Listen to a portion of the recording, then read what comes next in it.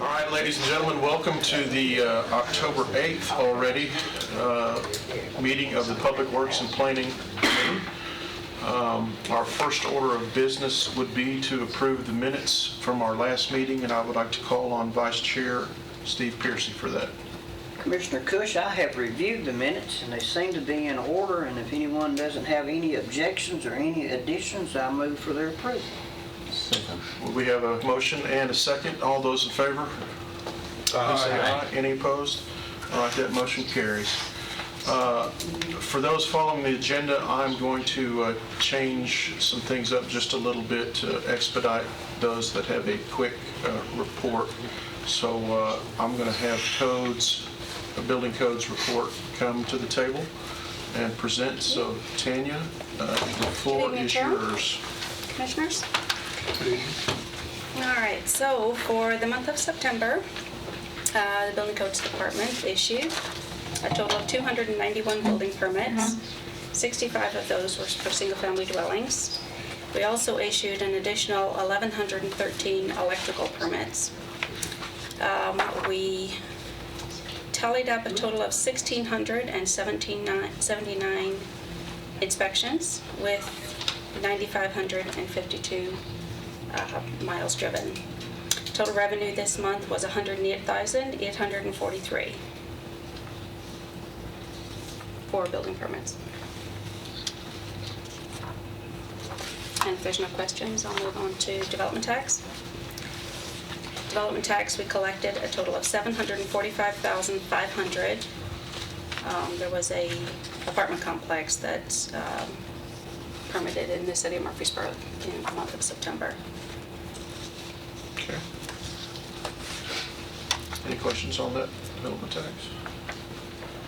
All right, continue on. And zoning enforcement, we had a total of 283 inspections this month. All right, so things, compared to this time last year, things are still up. They are. So far, July, August, and September, we have exceeded what we did last July, August, and September. It's amazing. All right. Any questions on those three reports for Tanya? Those electrical permits, they're not just new construction, are they? They are not. Of everything. And in fact, the electrical permits are counted for, typically there's about 4 or 5 electrical inspections for each single-family dwelling issued. So there would be a temporary, a rough-in, a service release, a final. So that's why that number is extravagant.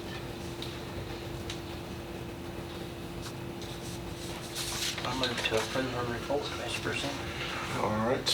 We have a motion to approve her report or reports. Second. And we have a second. All those in favor signify by aye. Aye. Any opposed? Those motions carry and those reports are approved. Anything else, Tanya? That's it. That's all Thank I you got. very much. Thank you so much. I don't believe we have anybody representing the highway department, correct? So Doug, how about you jump in for planning and engineering? Yes, sir. You can get ready. Hope everybody's doing well today. Glad the heat has dissipated somewhat. Yes, sir. Very much so. Okay, we have our 2 normal reports for you tonight. The first is the available lot inventory. Those are both under the planning and engineering report on your iPads. The available lot inventory through September of this year shows total available lots at a little over 1,068. You can see from the page 5 of 5, I guess really it's page 5 of 8 total, but the first report is 5 pages. The lot inventory has gone up pretty significantly since this time last year, which was 763 lots. Now this past month, we had several larger subdivision sections that were recorded. So the fact that this number went up relative to the number of permits being issued wasn't really a big surprise to me. But when we look at the trend line, I think I shared that with you a month or so ago. The last year or so, we've seen it kind of trending up. So the available lots, there are more of them out there than there used to be. So that's really don't know if that necessarily means anything. I do know that when the recession was at its peak, we had about 1,700 buildable lots out there. So we're still a far cry from that. But the lowest that it's been since we've been keeping track of this was right about 600 lots or so. So we're still trending a little bit in the upward direction. Plus, we have to remember this is getting into the later time of the year, fall season. You don't typically see as much building going on when we start getting further into the year. It usually ramps back up in the spring. So that's just for your information on that regard. If you have questions, I'll be happy to answer any of those. The other report we have for you tonight is we have 2 rezoning applications for your consideration. There were actually a total of 4, as you see in the planning and engineering report that's on your iPad. However, there will only be public hearings on 2 of those. The other 2, as I mentioned in the report, were both recommended for denial, and the applicants have decided at this point not to push those applications forward. So for you at the meeting next week, we will have 2 rezoning applications. The first is one located along Manchester Highway, right at the corner of Manchester Highway and Gum Road. The applicant owns property just a little down the street from where the corner is at 7650 East Gum Road, which is to the east of this property, which is zoned commercial services already, and he utilizes it as a mini storage facility. He would like to rezone the subject property to commercial general, which is actually a more intense commercial zoning classification than commercial services, in order to use the property for additional storage of boats, recreational vehicles, and those kind of things. Parking would be both opened and covered, according to the concept plan, which is included with your agenda materials. Parking of motor vehicles strictly without any mini storage associated with it would just be classified as automotive parking in the zoning ordinance, which is only allowed by special exception in the commercial general zone, which is why he's asking for this particular zone. Even if this is approved, he would still have to go to the Board of Zoning Appeals for a special exception, so this wouldn't be the end of the road, even if it's approved. And if it gets approved at the Board of Zoning Appeals, then he would have to do an engineered site plan. So there are still several steps involved that would have to be adhered to. Access to the property would be from East Gum Road. He does show a gate and kiosk for remote entry. The concept plan is just that, conceptual, so it would have to make sure that it meets all of our criteria. There were several things on there that you would have to tweak should it get approved, but those are things that we'll address, when the time comes. He would have to provide a type 2 buffer along any residentially zoned property lines, and the performance standards we have in our zoning ordinance would also have to be adhered to. Some of the planning commissioners did have concerns about the appearance of the property and the rural character along Manchester Highway.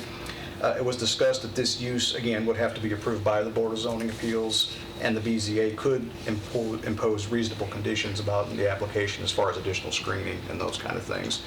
So there were also some questions about those screening requirements. The applicant also discussed his intentions for the property, how he kind of wanted to set it up. But after discussion, the Planning Commission did recommend approval. It wasn't unanimous, but it was 8-4 and 1 against. The second application is for property located at... Sorry, before... Go ahead, I'm sorry. The large house to the east. Yes. Did that particular individual participate in the planning commission meeting? No, sir. I don't believe there were anybody who spoke at the public It hearing. looks like they have some quasi-commercial activities, or is it all ag? Right to the north of that, the larger house that you were talking about. Well, I guess it's to the south of the house. There's a building there that was on commercial services 3-4 years ago. It's for an electric company. Okay. So, and I believe it's the owner of the property. So. That's the one at the top right-hand corner. Yes, sir. Yes. Yeah. Ovals Electric, I believe, is what it is. Okay. Any other questions on that? Yeah, thanks for that. No, you're welcome. The second application is for property along New Salem Highway. It's 2378. The applicant's requesting to rezone the subject property to commercial services. This is similar to some other requests we've seen along the same stretch of road. Namely, this year, there was 3 other addresses that were all addressed the same commercial services during this year. The applicant would like to essentially facilitate neighborhoods by repurposing the existing structure by developing new attractive retail buildings. This is from his submittal materials. He has submitted a concept plan for this. It's really just kind of as concept plans go, it's even conceptual in that regard because the property really didn't look the same as what he was proposing to use on his. It looked like he borrowed a concept plan from an adjacent property is what it looked like, but generally he's asking for the same type thing. He wants to keep it uses that would be beneficial to the area.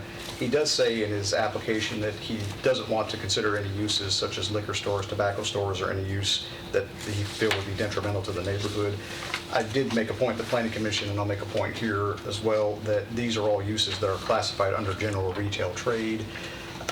We wouldn't be able to deny a use if it's allowed in the zoning ordinance, and general commercial uses like he's talking about under retail trade would be allowed.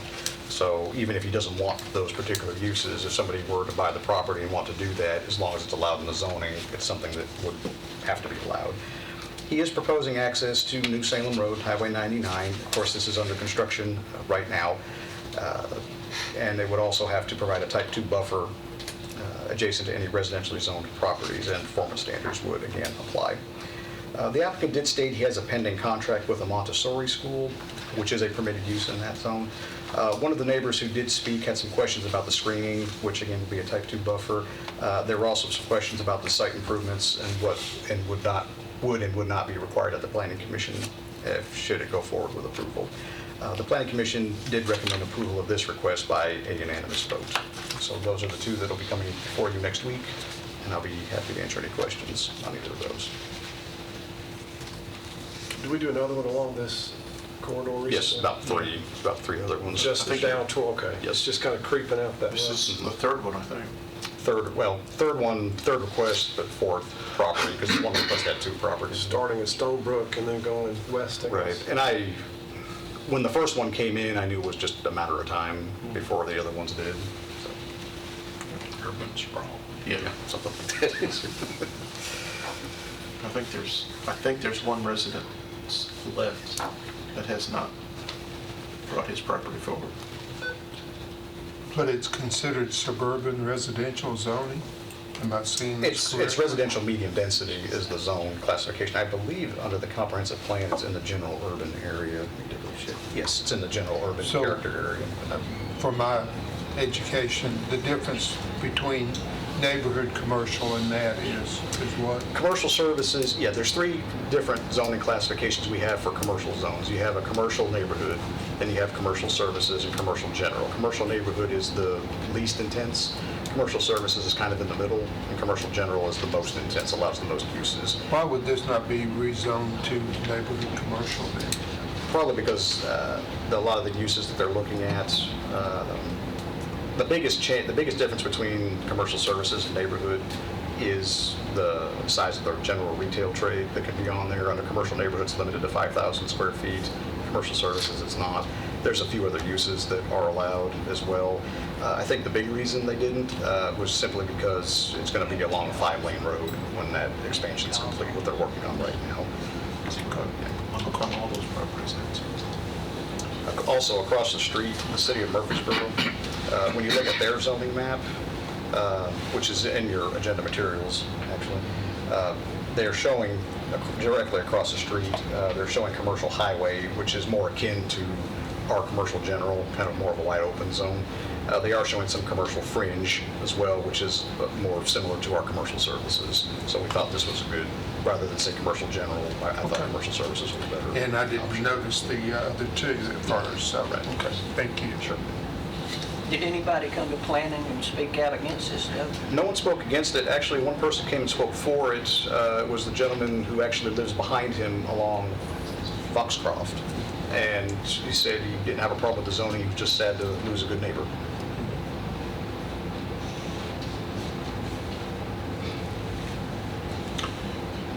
Any other questions for Doug in the planning process? Move to approve. Have a motion? Second. And a second. All those in favor, signify aye. Aye. Any opposed?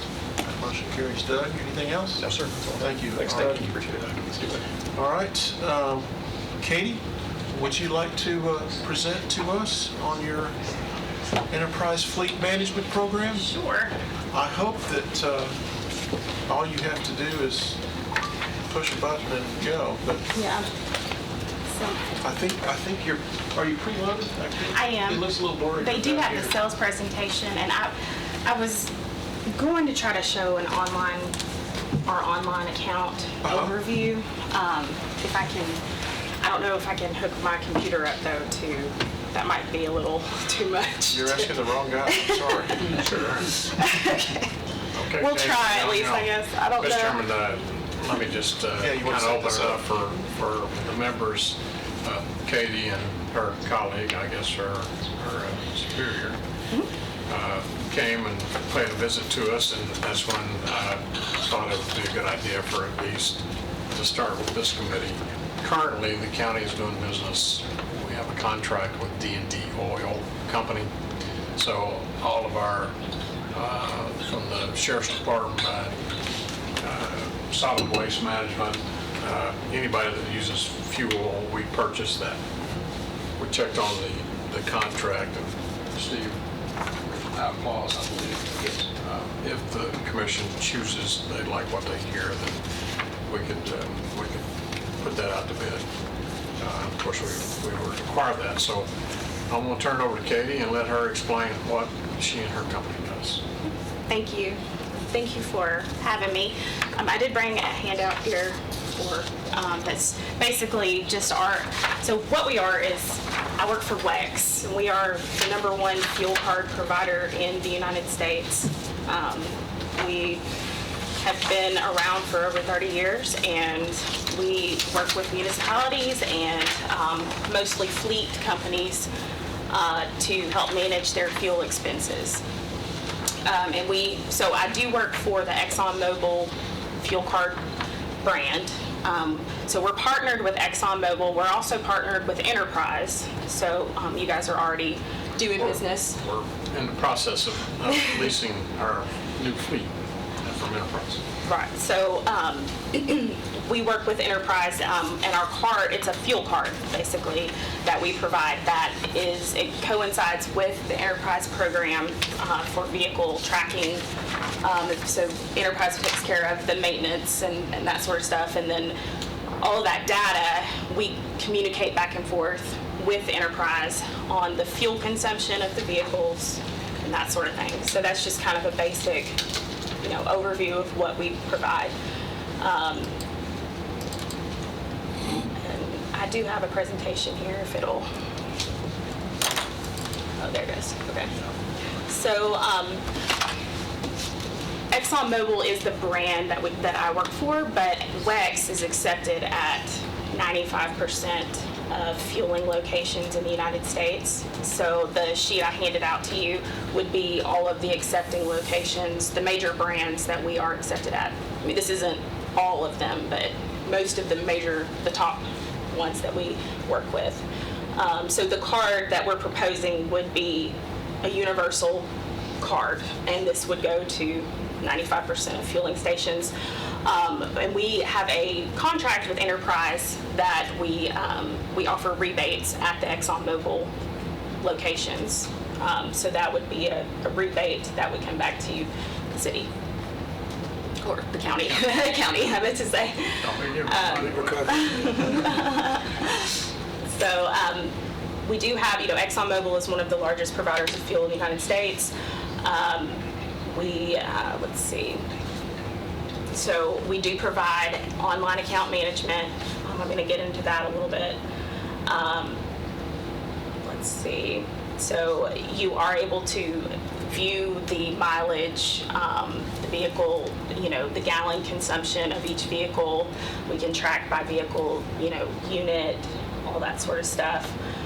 You can do product controls on the card, so you can limit to fuel only. This is not a MasterCard program, so it would be able to, so we work on a closed loop network.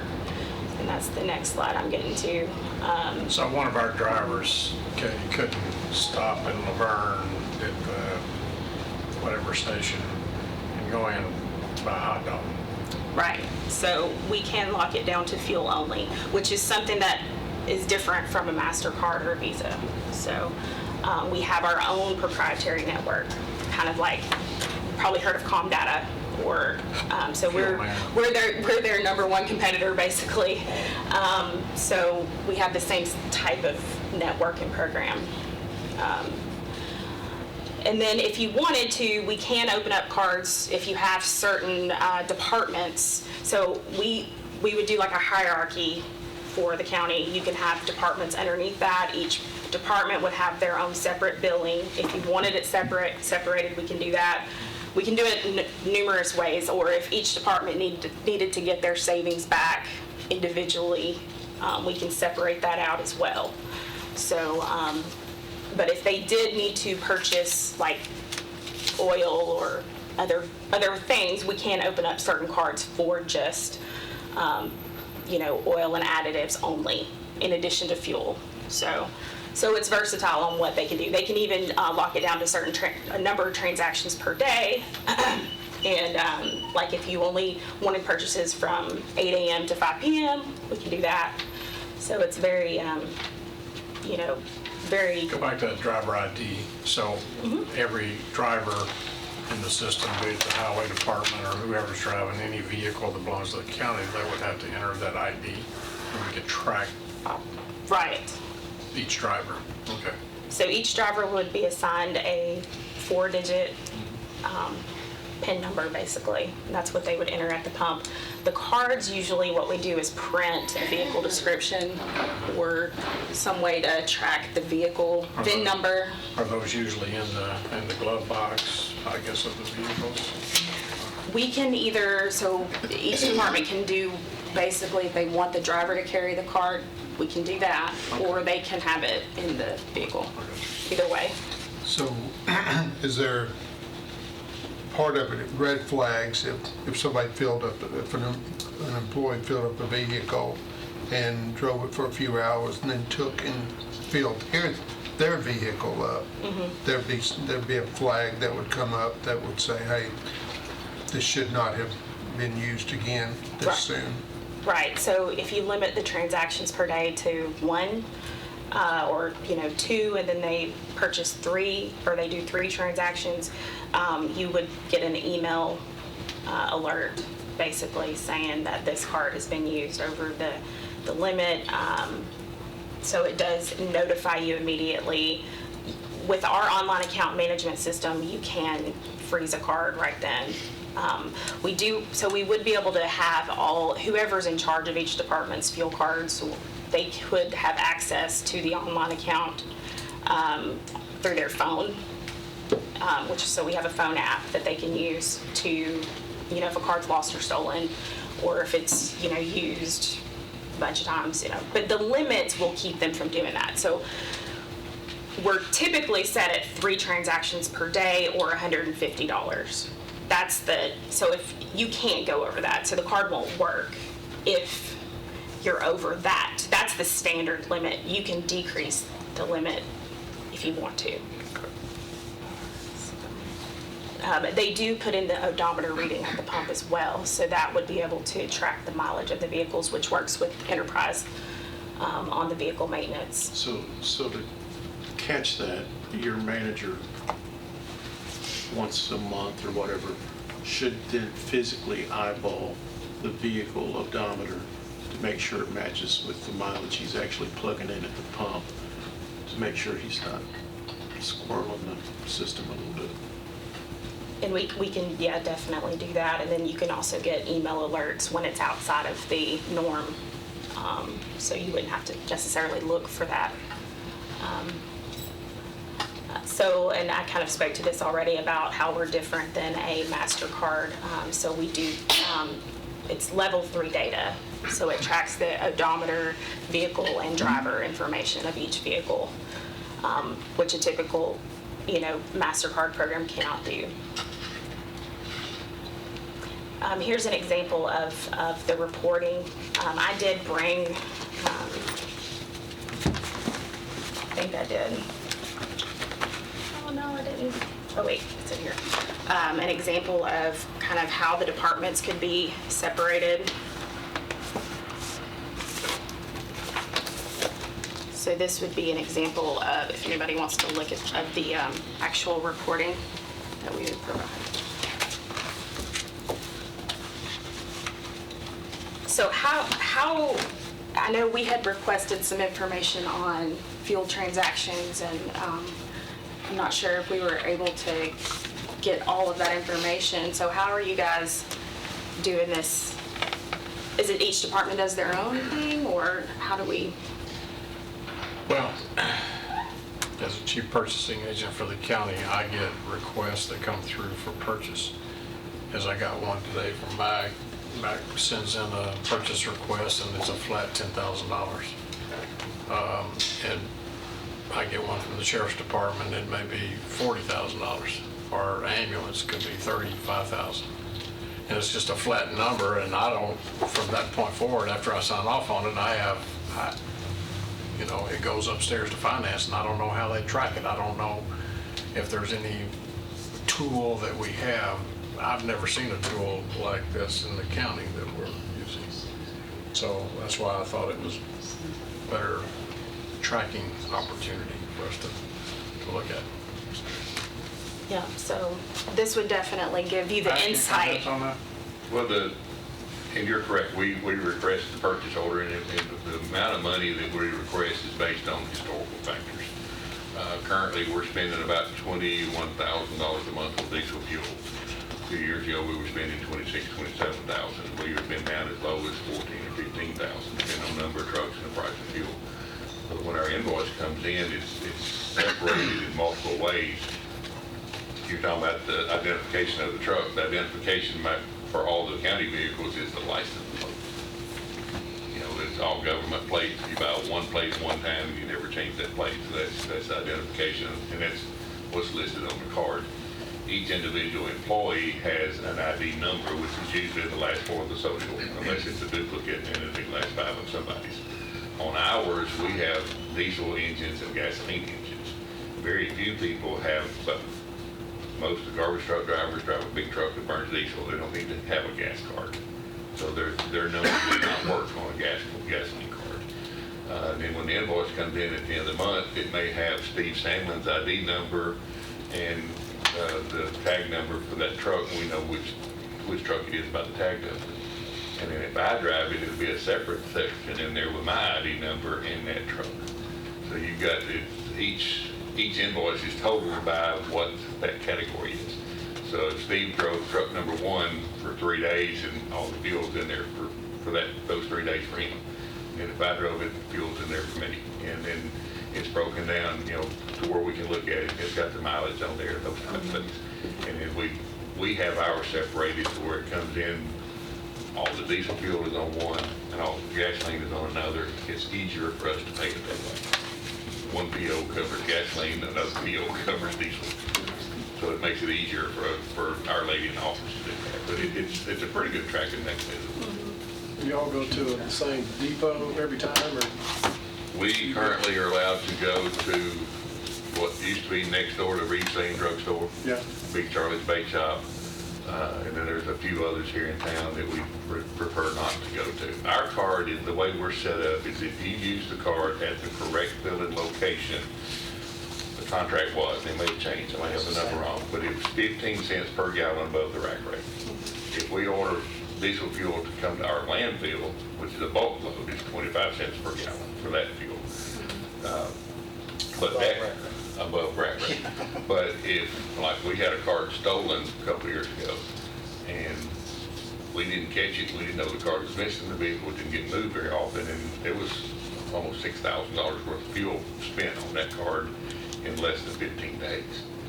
If you take that card with that proper PIN number to any wrong location, Pacific Pride, you can use it, you won't get the discounts, and there's no way for them to know you're not supposed to be using it. So we got Charlie's Bait Shop and Reeves Sane location next door. That's not a manned facility. Correct. Next to Reeves Sane, the Charlie's Bait Shop, are they open? You don't have to go inside. You can do it outside. Outside, 24/7. And then D&D at the location down here. Down here on But it's Bridge. That's only when they're It's open. manned. only when they're open. Yeah. Okay, so if we had a truck with the road board in Laverne, then he couldn't go to some location with one of these icons on it down on Walden Road. He'd have to come all the way back to Charlie's Bait Shop, I No, guess. you can. but you won't get the rack rate. Gotcha. You're still tax-free because of the government, but you won't get the rack rate. We get the rack rate through D&D itself. But if there's an Exxon down on Walden Run, they go there. Right. And Right. so the rack, and that was the reason we wanted the transaction data, is to Yeah. see exactly, we can compare it to average fuel prices to see exactly what your retail minus discount is. Because a lot of times, I used to be in over the road and we did diesel transactions and we were always cost plus. So I understand how rack and that works. Rack, so that's basically cost plus 15 cents.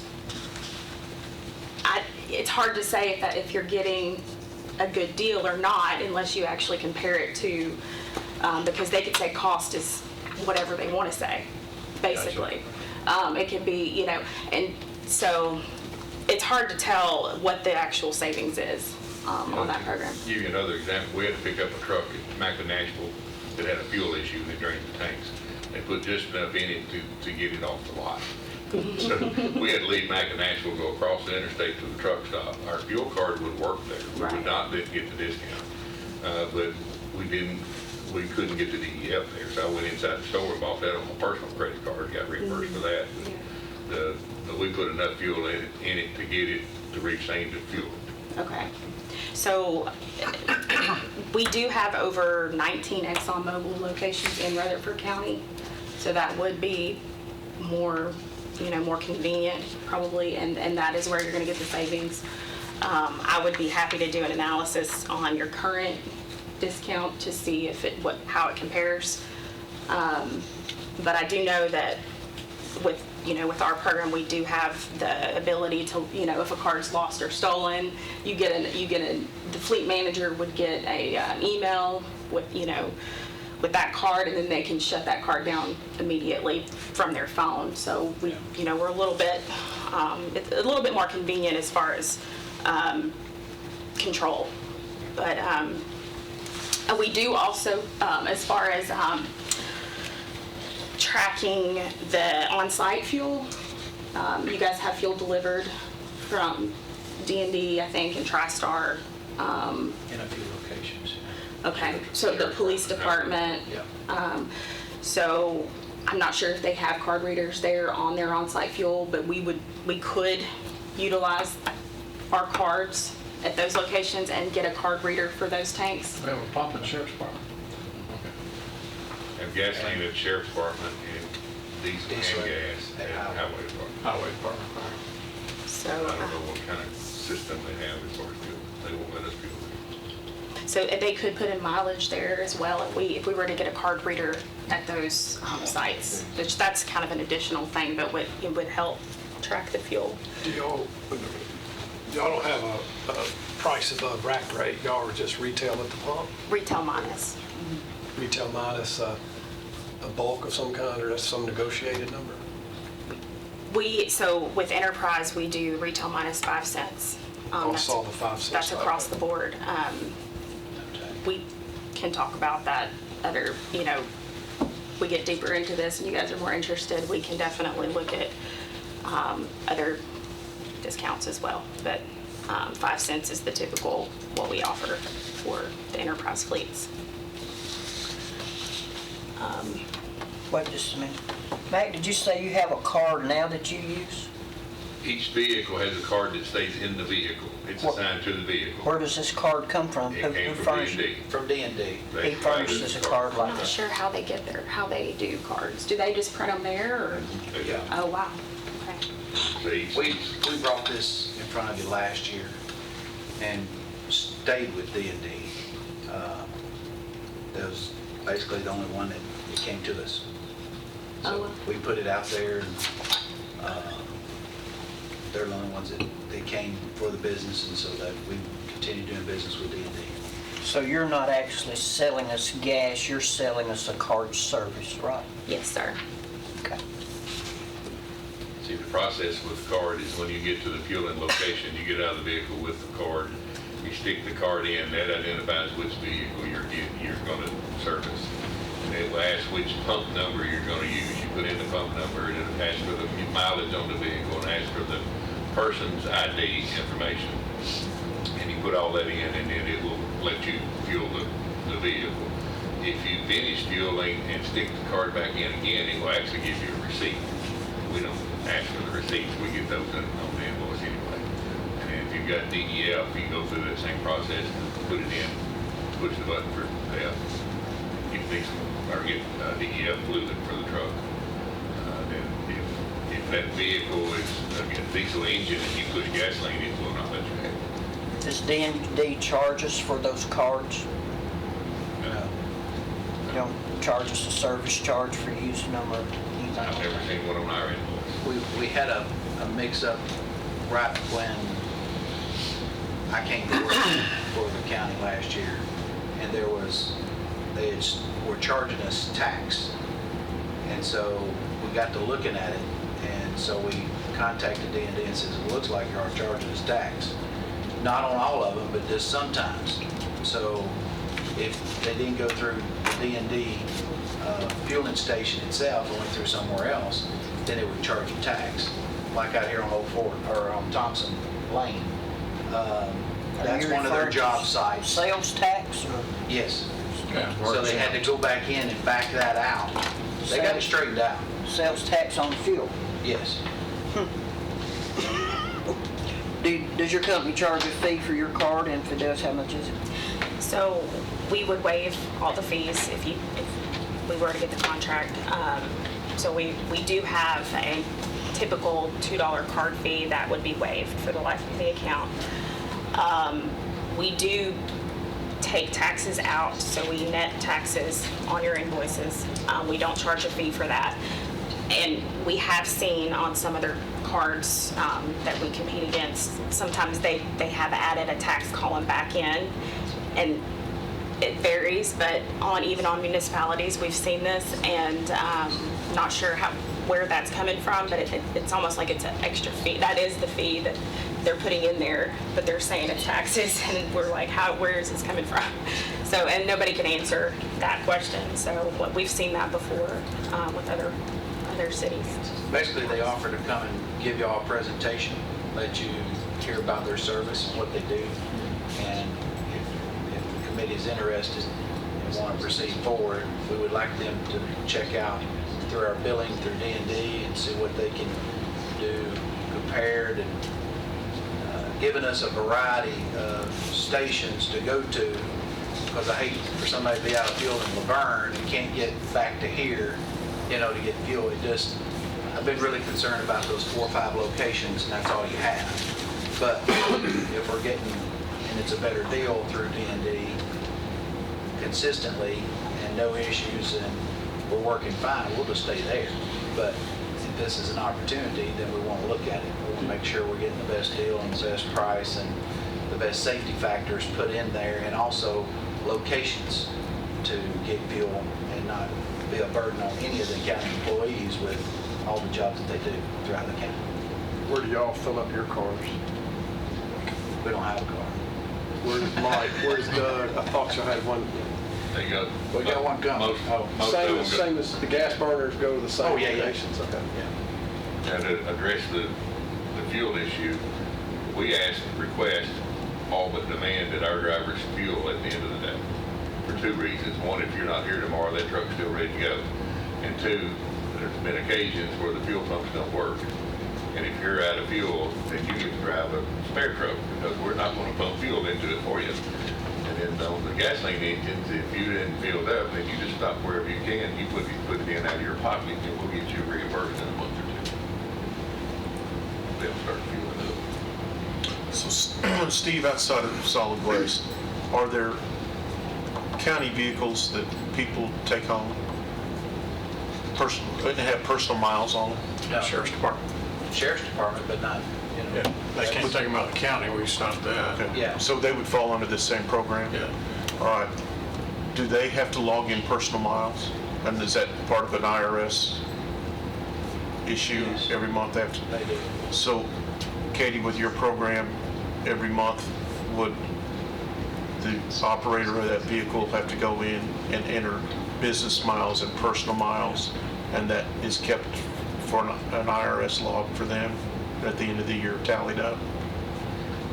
sure we could do that. I mean, I'm sure we've done that before. I'm not. The fuel card I use, I have to do that every month. Okay. It would be easy to track it with our system because you would be able to, you can download it in Excel and then go in there and say, this is personal. Yeah. You know, if it's something that you have to do every month anyways, then you could download the transactions into Excel and then do it that way. That you know, I'm not sure if there's another way to do that. We could probably put something in one of the prompts to let it know that this is personal. I'm not sure.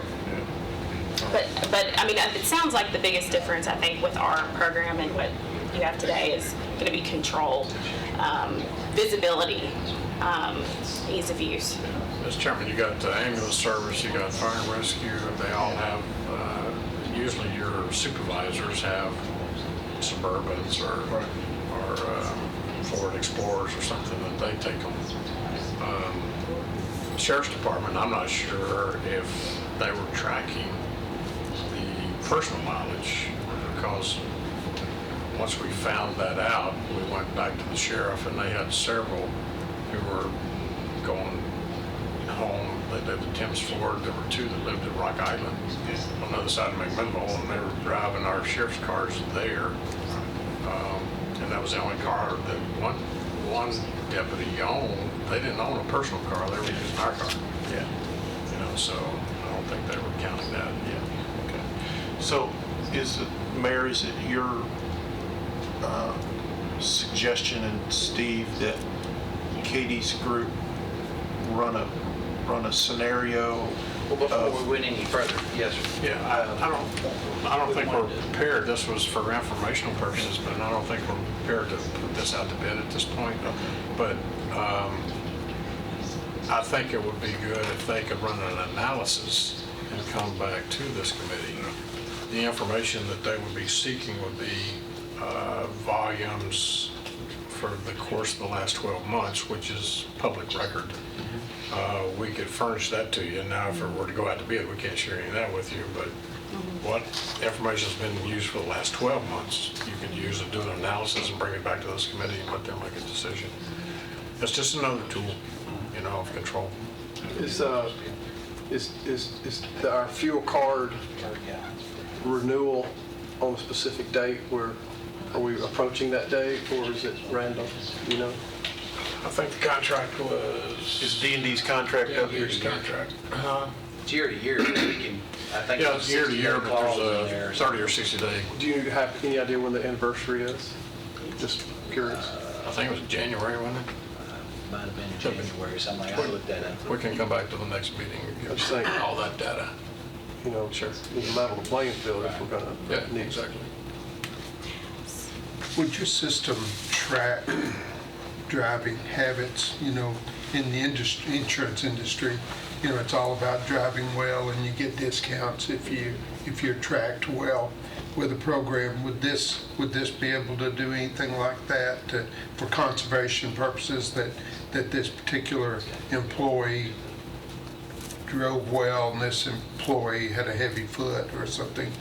Would it be any kind of data process with that? That's a good question. I can ask my manager and see if we do offer. That may be off the Well, wall, but I'm not sure they have that technology, but you Yeah. can ask. I mean, Yeah. Progressive has that, they advertise, they can put that little bug on your car and you well, can- they're going with apps too now. Yeah, apps. And Enterprise might have. Enterprise, I think Enterprise does have something like Probably. that, so that would be for our new. I'm just cars. curious, it may, like I said, may be off You the can wall, track, but. you can track the miles per gallon now. Right. That system would actually show you miles per gallon if you're putting in the mileage and using gallons like you're supposed to. Yeah.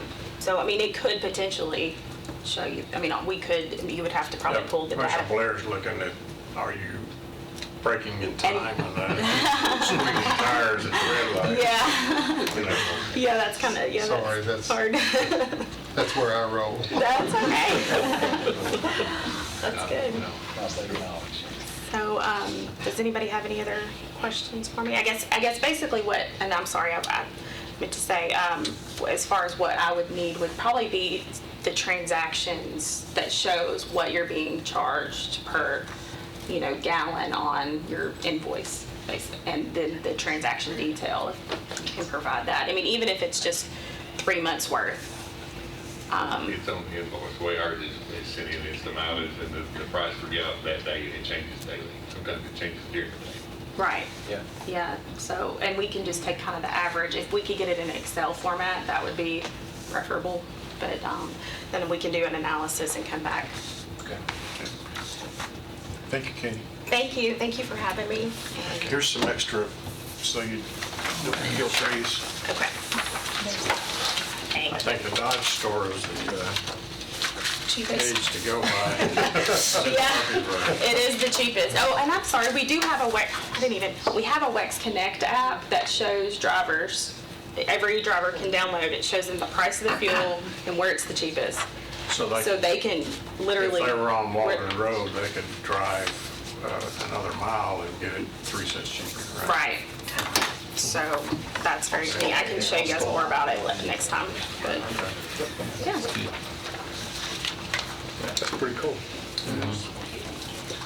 Good presentation, thank you. Thank you.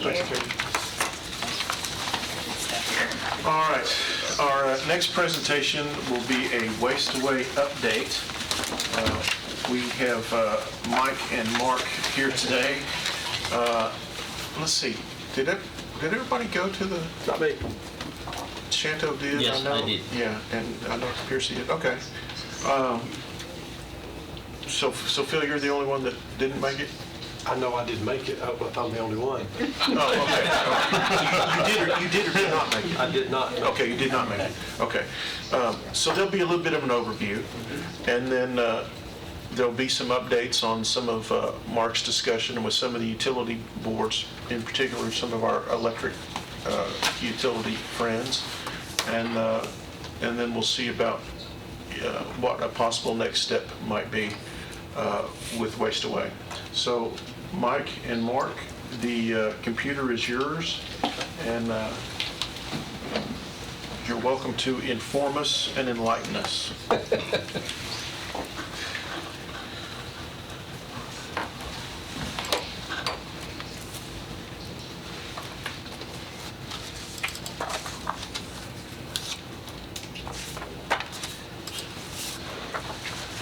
Okay, well, Commissioner Cush, members of the commission, Mayor Ketchman, ladies and gentlemen, I'm Mark Brown, CEO of Waste-Away, and want to thank you for this opportunity to update you on some of the things we're doing.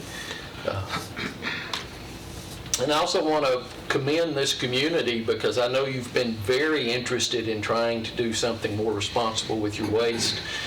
We've had a number both of various community leaders and citizens and others that are continually contacting us wanting more information, and obviously there's a lot of interest in this community to do something other than continue to grow the mountain of trash. And that's our goal at Waste-Away, is to find something that's better to do with waste than building the landfills and the mountains of trash that we're all too familiar with. I used to say that there were two kinds of landfills. There were landfills that were leaking and landfills that would leak someday. I've now changed that after working with some experts in the field, and now I say there are landfills where the leaks have been detected and landfills where the leaks are not being detected yet, but all landfills are leaking in one way or another, whether it's leachate into our groundwater and our streams, whether it's noxious gases into the atmosphere.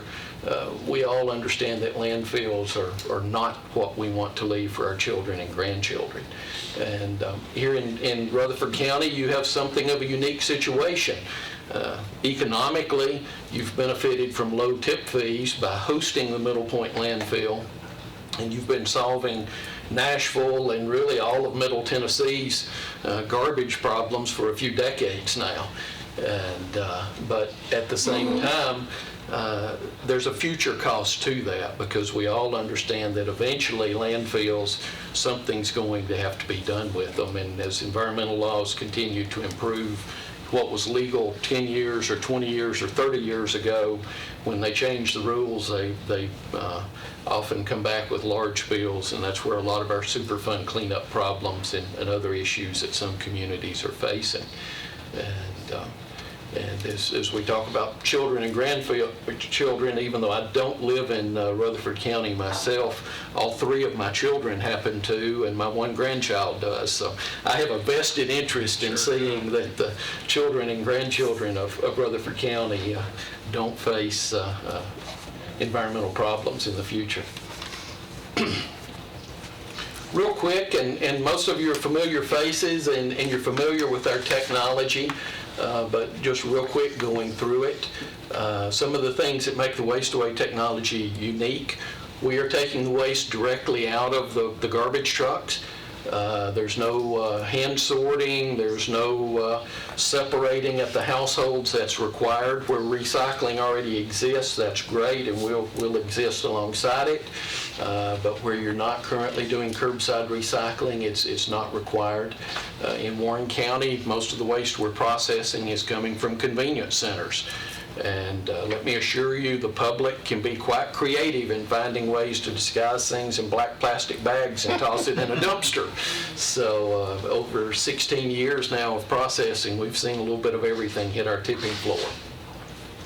The process itself, we're using a number of technologies that have been used both in the waste and in other industries for decades now. We're using grinders and shredders, and even our hydrolyzer, which is a patented piece of equipment unique in the waste industry. Similar equipment has been used in pulp and paper and other industries for decades. And then the output, for every ton of waste that comes into the facility, 70% of the waste will be converted to a clean fuel that we call SE3 that we'll talk about more in a minute. In addition to the fuel, we'll also be recovering the metals for recycling. There's about 10% of the waste that does end up going to a landfill, and that's the rocks, the glass, the sand, the inert materials that typically there's not a beneficial use for. Those materials theoretically could be used as aggregate either for the cement or asphalt industries, but typically they are going to end up at the landfill. The other number that adds up to the 100%, if you were following the math, is the moisture that's evaporated through the process, and that's just vented to the atmosphere as water. The process is community friendly, no odor, smoke, or noise. Most of you have visited our facility. You know we're located there in the industrial park. We have Yorozu, a Japanese auto parts manufacturer, next door, and we're good neighbors and don't have any complaints. All of the trucks they spill the waste inside the building, so other than seeing a garbage truck pull in and out of the parking lot from time to time, nobody can tell the difference in a waste-away facility or any other manufacturing building in the industrial park.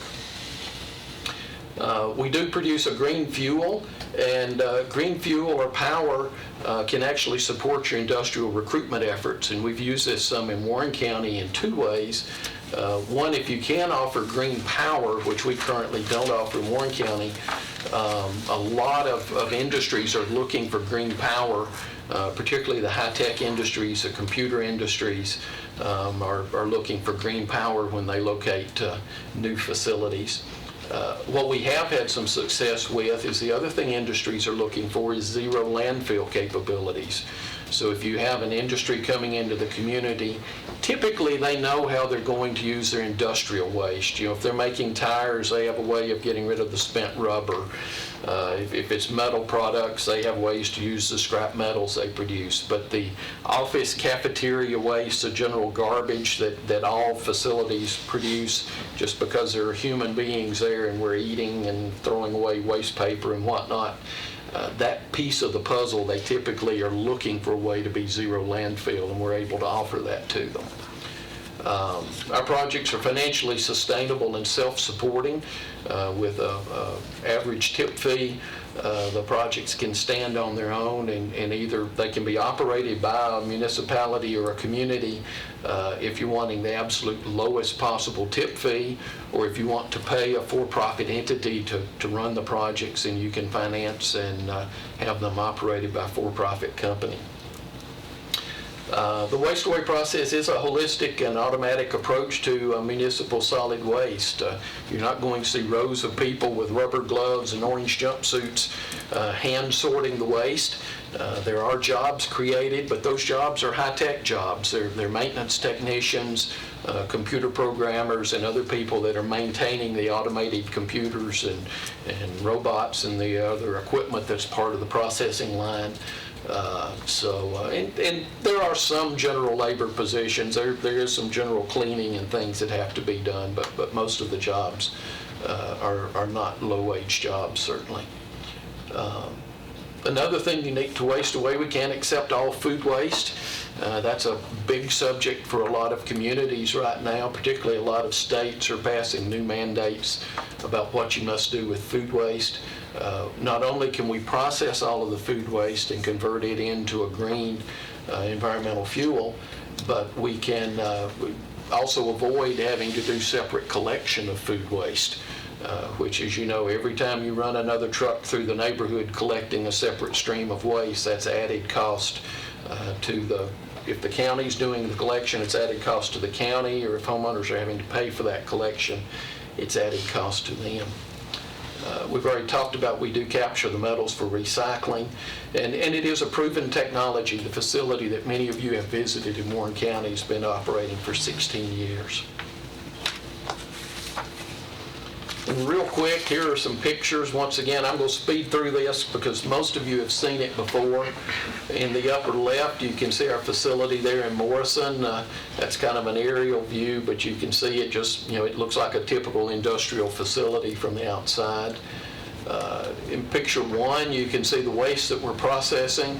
And as I said earlier, it's not any kind of special or clean waste. It's whatever ended up in the dumpster. So it's, we get pallets and animal carcasses and propane cylinders and meth labs.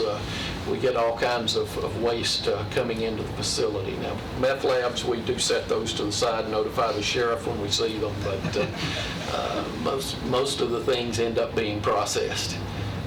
In picture number two, that's the hopper where the material is loaded into the line to start the processing, and at that point it's loaded by the gentleman, I guess you can see in picture one with the skid steer. From that point on, it's an automatic system. Like I said, the employees are maintaining the equipment, but other than an occasional jam and normal maintenance type activities, the employees are not having to handle the waste. Snapshot 3 is just another picture of the material on a conveyor. Picture 4, that's the hydrolyzer. That's a unique piece of equipment to the waste away process. And the hydrolyzer was originally designed to be sure we killed any pathogens in the waste as we were manufacturing at first a compost product. But what we learned as we started using the hydrolyzer, when the material is allowed to go back to atmospheric pressure at the end of the process, we have a steam explosion effect similar to what's used in the pulp and paper industries. And this ruptures the cell walls in the cellulose very much like popping popcorn. You've got moisture in there, and when you remove the pressure from the outside, it ruptures those cells. That does a couple of things for us. One, it mechanically, Mike, have you got some samples of fluff for those that haven't seen it?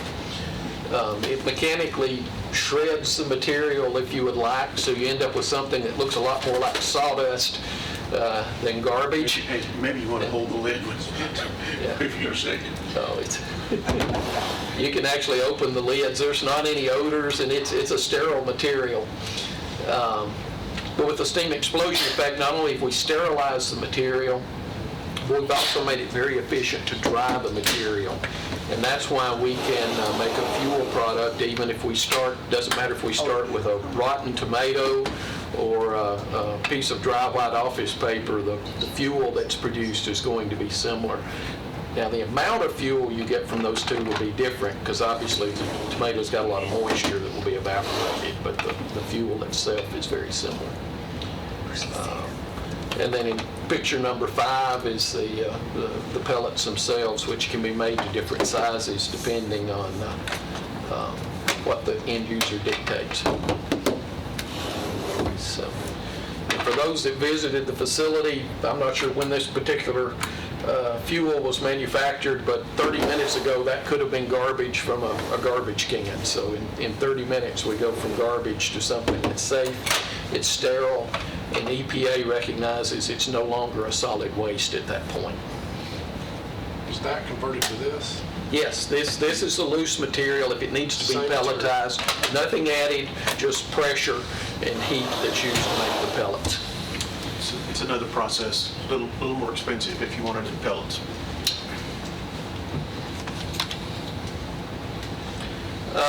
Some of the key numbers, I may have already mentioned some of these to the waste-away process. Probably the most important is we're getting 90% landfill diversion. So 90% of the material currently going to the landfill will be beneficially reused in one form or another. Only 10% by weight will go to the landfill. And because that's the rocks and the glass, that's actually less than 5% by volume. So as you're talking about dramatically increasing the life of the landfill, this certainly takes care of that. I've already mentioned we can process 100% of the food waste without requiring separate collection.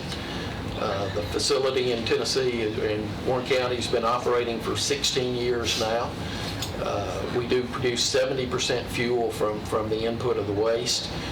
We've got numerous reports talking about the greenhouse gases that can be avoided and the carbon emissions.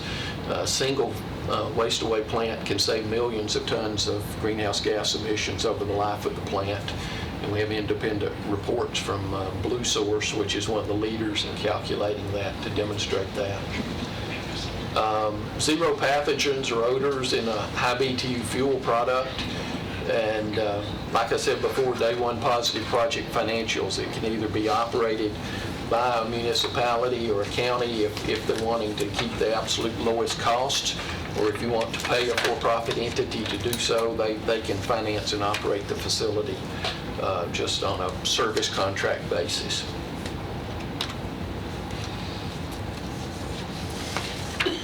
So as we talk about our fuel product, it doesn't make any difference if you're making fuel if there's not a use for that fuel. So the product we're now marketing it's a sustainable engineered fuel. We call it SE3. It's a clean fuel with proven performance.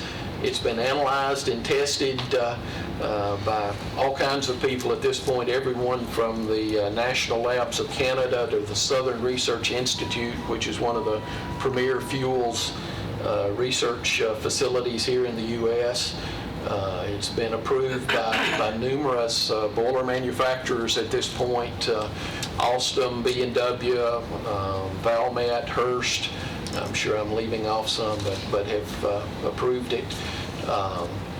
It's high energy and customizable for plant operations and economics.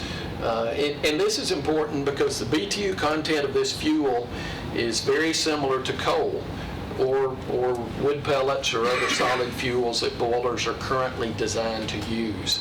So you can actually introduce this material directly into a power plant that's burning coal today. We have successfully done that in a plant that Capital Power has in Canada. So that's one use for the fuel.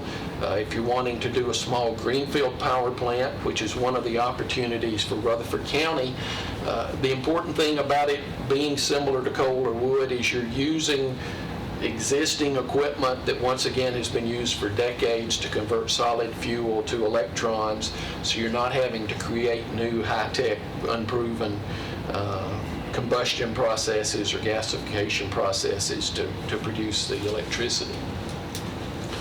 It's consistent and safe. It's pathogen-free. Obviously, it's been through the hydrolyzer, so it's been sterilized. Temperature and dwell time in the hydrolyzer exceeds the requirements for EPA's Class 3 med waste sterilization, so any pathogens are certainly destroyed. And Probably one of the biggest things that's happened, and I was able to mention this when you visited our plant in July for your July meeting, EPA has recognized our fuel as a non-waste material and a non-waste fuel. This means it can be used, according to the letter from EPA, to replace coal, wood, or biomass in existing facilities, and they will not be reclassified as a waste incinerator if they choose to use our fuel. It took us almost 4 years to get that letter, but it's been amazing just in the few months we've had it. The opportunities that has opened the door for us on, and we have a number of people now we're working with to use the fuel and developing projects close to those fuel users. Mark? Yes. You said EPA has given you a letter that says you can replace this with coal, wood, and I thought there was a third. Biomass. Biomass. And what is biomass for those who don't know? Biomass can be a number of agricultural wastes. It can be corn stover. It can be agricultural crops that are grown specifically, like switchgrass or some of the other, there's some bamboo products and different crops that are grown as a biomass fuel. It's a natural fuel. It's a natural fuel, yeah. So if there's a coal plant, it would not have to be retrofitted to burn this material? The only thing they would have to look at is we do recommend you keep this fuel dry, because in our process we're drying it, so it doesn't make sense to let it get wet sitting outside again. So they'd need some kind of storage. Doesn't have to be perfectly dry, but at least keep it under a roof of some kind. But no, other than that, it can be fed into the existing coal plants. And in fact, I've got some meetings hopefully next week with a coal-fired plant in Florida that's very interested in using this fuel. So on a project we're doing down there. I think I missed a critical question here. I'm talking about users. Yeah. So we were just talking about one of the options is introducing this fuel into existing coal-fired power plants. Unfortunately, in this area, the only customer that would fall into that particular category would be TVA. And as we all know, TVA, let's say, is not the fastest moving organization you've ever met. So that's an opportunity. It's one we would pursue, but it's probably not the most likely opportunity for this community. Things I would suggest that Rutherford County could look at and real opportunities for using this fuel here. One of the simplest that we have talked about in the past that there have been some new developments on would be generating power for the county's own use. I'm not sure how many schools you may have in the county at this time. I know you're building new ones all the time. But 62 with the city. Okay. I ran some real quick, let's call them back of the envelope numbers earlier today. With roughly 400 tons per day of waste, you could produce enough power to power maybe about half of those schools. So that would give you some idea of the amount of power that could be produced. And TVA has started a new process just this year where they will allow local co-ops like Middle Tennessee Electric to do what's called wheeling the power. So that would mean we could generate the power on any county-owned or private-owned site, and then Middle Tennessee Electric would be paid a small fee to take the electrons from the power plant to the schools or the sewer plant or any other county facility, and then you could use the power yourself. And that's the most economical way to use the power, because whereas TVA will only pay what's called the avoided cost rate for electricity, which is typically 2 to 3 cents per kilowatt.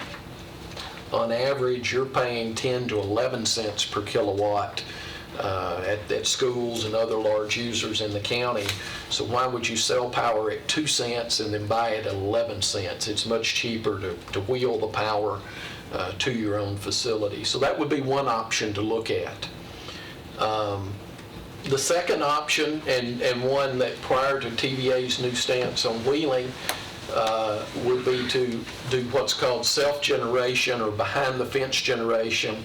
Here you would have to either have a large institution or a large industry that uses more than, let's say, 10 to 12 megawatts is kind of the amount of power we're talking about, which there are probably 6 or 8 of those available in the community. They could build the generation facility behind the fence on their property and then use the power. And once again, they would be displacing power at retail prices rather than the very low wholesale prices that TVA would pay. An even easier solution, if we can find the right user, if you have someone that needs a lot of steam or thermal energy, you can produce the steam and use it directly. And we've identified at least 3 local industrial users that would be capable of using that much steam. There are probably others. And then we get into commodity markets. We have other projects we're working on where we're going to be selling fuel to either cement kilns or paper mills or other solid fuel users. The only issue here in Rutherford County, there aren't a lot of those users close by. They're going to be an hour to 2 hours away, and the trucking cost decreases the value of the fuel, obviously. So you're much better if you can use the fuel locally, or at least very close, than you are if you're having to ship the fuel large distances. And then, as I mentioned earlier, probably, and these aren't necessarily in order, but the 5th one would be kind of my last option in this community, and that would be trying to talk TVA into using it at power plants. It would work very well. We could send it to the Gallatin plant most likely, but it would probably be a very lengthy process to get TVA interested and go through the testing and things they might want to do. We have had some early conversations and have another one scheduled in a couple of weeks with Middle Tennessee Electric, understanding what their requirements for wheeling the power and how that might work. But I believe there will be interest in participating in something like that if the county decides they want to pursue something like this. Mark, at one time I thought I heard that fluff could be used as a soil amendment. It can. In fact, for the first 5 years, we were producing the fluff, as we called it then, in Warren County as a soil amendment product. We sold it to the local nurseries, and they loved it. In fact, I still get phone calls almost weekly with people begging to get more compost from us. But the problem with it is, you're talking $10 a ton for compost, whereas we can get $50 a ton for fuel. Yeah. And then the other problem, while we can sell it to the nurseries, and they want some of the material, keeping a constant market for compost, even with the small amount of material that we're able to process in Warren County, was a battle. They loved it, but they only need so much compost. And it's not particularly economical to use this material to, in widespread agriculture. It's really used more in, potting and those types of applications, which in Warren County we have more of than anywhere around. But even in Warren County, it was difficult to sell all of the material. If it just sat, a large amount of it sat in a particular place for a long time, would it eventually turn into a usable soil? Would it biodegrade itself into something that could be used as cover material or filler or mixed with regular soil to have enough nutriments to grow things? Yes, a soil amendment, that's what we're talking about, is it's something that can be tilled into the soil and used to improve the quality of the soil. If you've been to the plant, and maybe we didn't talk about it, but we have some demonstrations there where the U.S. Army did some tests where they were doing that on old artillery ranges where the soil was spent. In fact, this was in Georgia at Fort Benning, where they have that red clay soil that just won't grow anything.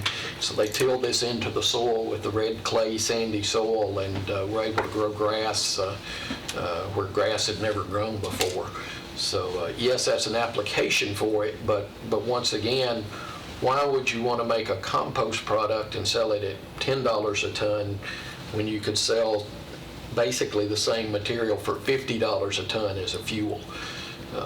It's going to offset some of your operating costs and lower the tip fees for the facility. But you call that soil Amendment. amendment? Okay. I have a question. Sure. You come across that twice, tip fees.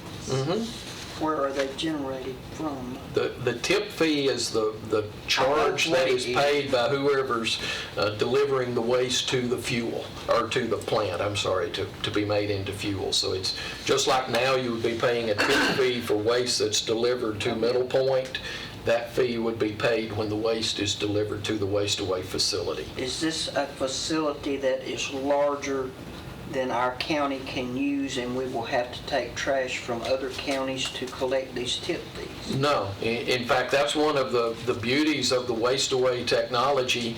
It can be right-sized to fit your community, both now, and it's modular, so it can be increased as the community grows.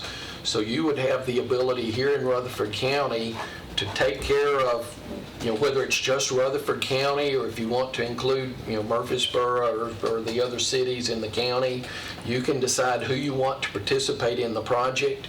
You can size the facility to process their waste and their waste alone. And then if you're producing and using your own power, you truly control, from one end to the other, the process, everything going on in the community. So there's no need to import waste from anywhere. And there's no need to send your waste somewhere else. Say Nashville did some kind of big facility of some kind, you're not going to be dictated to by them what the costs are and how you might use that facility. So it very much gives Rutherford County the ability to control its destiny without importing waste from anywhere. And at the same time, you can be setting an example for all the communities that are now sending waste to Middle Point, and tell them, guys, here's a solution that you can use in your community as well. So, you don't have to, not only are you coming up with a self-contained solution for your county, but you're demonstrating to the other counties that are now dependent on Middle Point that there is a better way, and they can be self-dependent and take care of their own problems in a responsible way as well. In today's dealings, I feel like we're dealing with about 29 other counties' trash at this point. We've lost a few, I don't know why. But has any of the other counties reached out to you for your presentation and your equipment to see what they could do with it? Yes, we've had conversations with, Mike, you field that, but probably 6 or 8 this summer. A lot of these different counties are interested. A lot of them are trying to find a solution. To my way of thinking, too many of them are looking at discontinuing landfill. They're looking for another landfill to haul to. We're trying to offer them something else, and we put it on the table with them. Part of the problem right now, quite frankly, is I'll talk to people who say Wilson County, and they tell me they're paying $33 a ton to put it in landfill. It's very difficult to make our numbers work at $33 a ton. So they don't want to look at it. So it's that sort of economic picture that's holding us back. Williamson County sends theirs to a landfill right now, even though they own their own landfill. They ship it to another one. So the biggest hurdle in Middle Tennessee is the status quo. There's just a lot of landfills.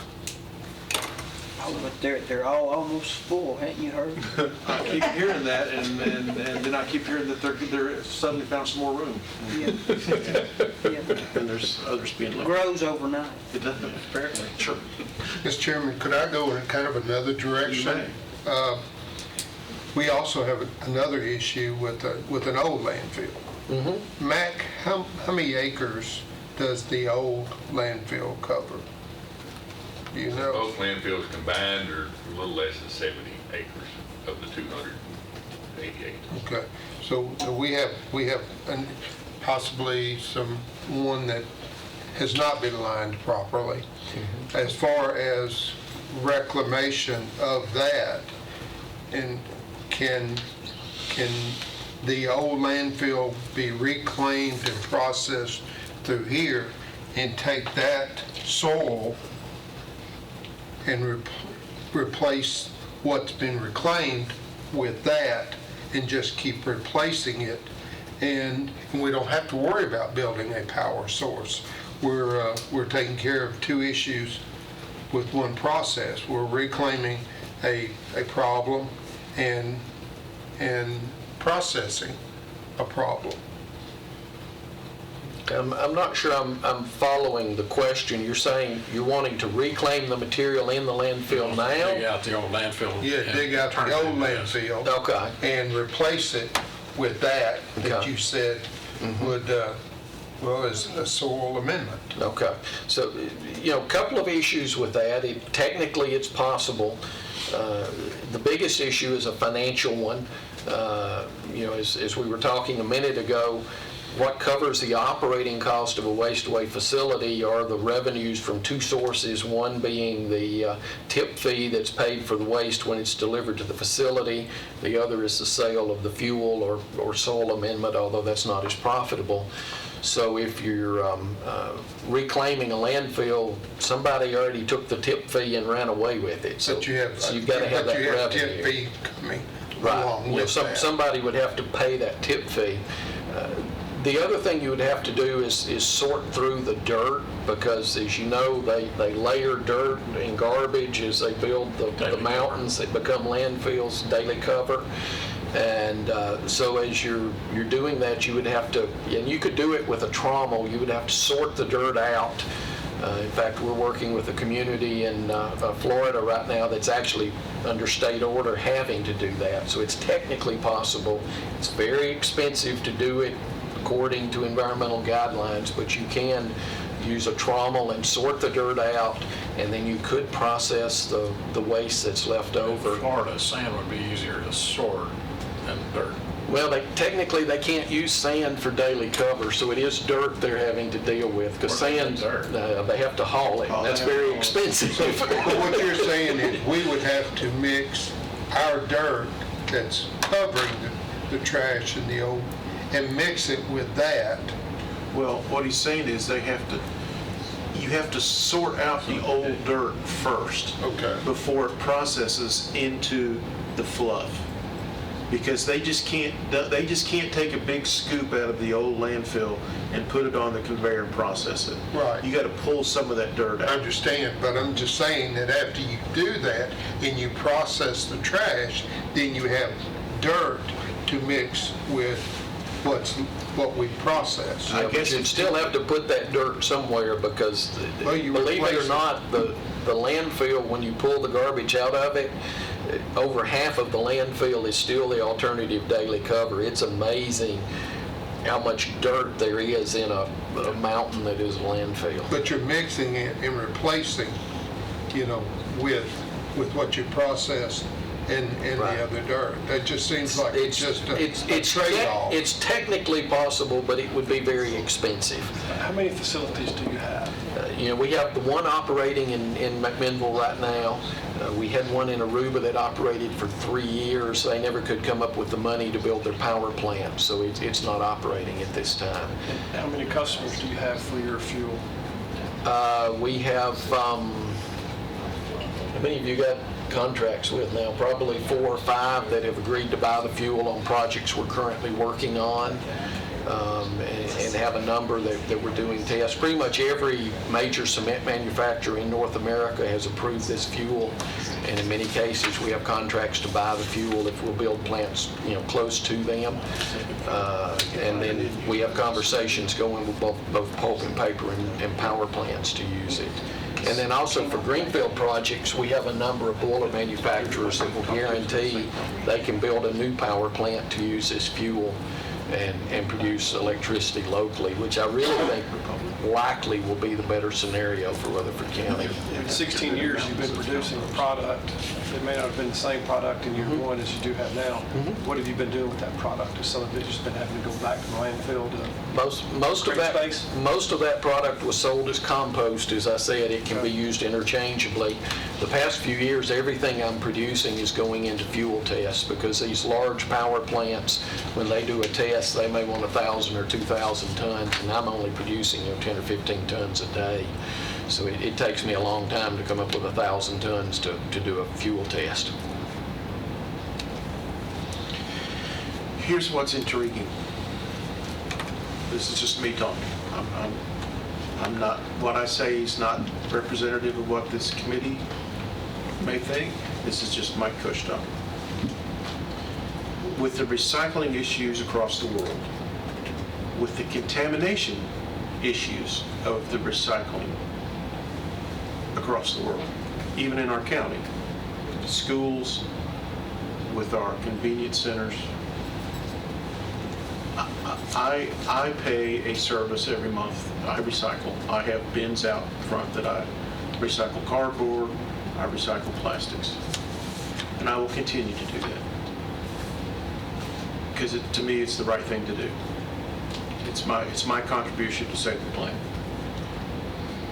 It's not always convenient, but I do it. Now, but there are some, because when I live in a circle, a big circle in my big subdivision, and I'm the only guy out of about 30 houses in my circle that recycles. So what that tells me is the other 29 houses want to push the easy button. They don't want to put another bin out front or pay the $15 a month. They would like for the truck to come once a week and pick up everything and put it on one place and let them sort it out. What they would do, they'll pull out the recyclables that are worth a penny and sell those in the market. They'll pull out the heavy metals that are worth a penny, sell those on the market. Pull out the glass because you can't harvest, or you can't send the glass through the system. Glass at some point in time may have some value. Doesn't really have a value right now. Costs us money, Mac, right, to take glass to Nashville. Cost us money. We'd be better off putting it in the landfill. Financially, yeah. Financially. Warm and fuzzy, no. Financially, it's cost us money. So this sets up for all the easy reasons it makes sense. This system and other technologies that we've listened to still have the same problem, an end user. Whether it's a biofuel, or whether it's a jet fuel, whether it's gasification, you name it, we've all run into that roadblock is, man, this is really cool, but now what do you do once you start producing? Who's going to take it? So that's where we are. The neat thing about this too is the fact that it's a sterile end product. So if I put a pile of this at the Stones River and I put a pile of compost from Sevierville that we went to see at the Stones River and let it sit there for 6 months through a lot of storm, rainfall, and runoff, I would bet you that you wouldn't want the runoff from the compost running into the river. Would you, Mark, would you think that the compost still has some pathogens or carcinogens in it? Well, certainly it does. And Okay. I would not recommend you do that with a large pile of our material either, just because you wouldn't want to wash the loose material into the river. So that's... But the point is, you have a sterile... Exactly. It's a sterile product, and it's also, it's been tested for any leachates or anything that would come out of it, because we are certified in the state of Tennessee to bag this and sell it at retail. Yeah. So no, it's completely safe. So from an environmental and health standpoint, this product alone has a lot of pluses that you can check the box on. The other thing that Mark said multiple times that I had to star in my notes is the fact that this technology is such that we as a county could run the system ourselves if we chose, or if we wanted to pay a for-profit company to run it for us and get out of the landfill business or solid waste business, we could do that. That's an intriguing thing to think about. Do we really want to be, as a county, in the solid waste business? We need to answer that question too. So, Mark, the only thing that's lacking for us to really jump on board is you got to find an end user. Or we have to collaborate and find an agreeable taker or an entity or an industry that is willing to partner. That burden is mainly on you. Well, and as we discussed when your committee was at the plant in July, I've brought a proposal we can discuss of how we might move forward on accomplishing that together, if you'd like to talk about that. Why don't you share that with the committee? Let me switch to a different PowerPoint here.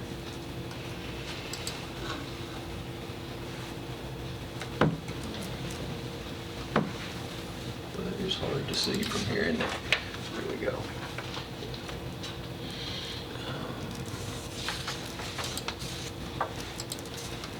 While you're doing that, food waste.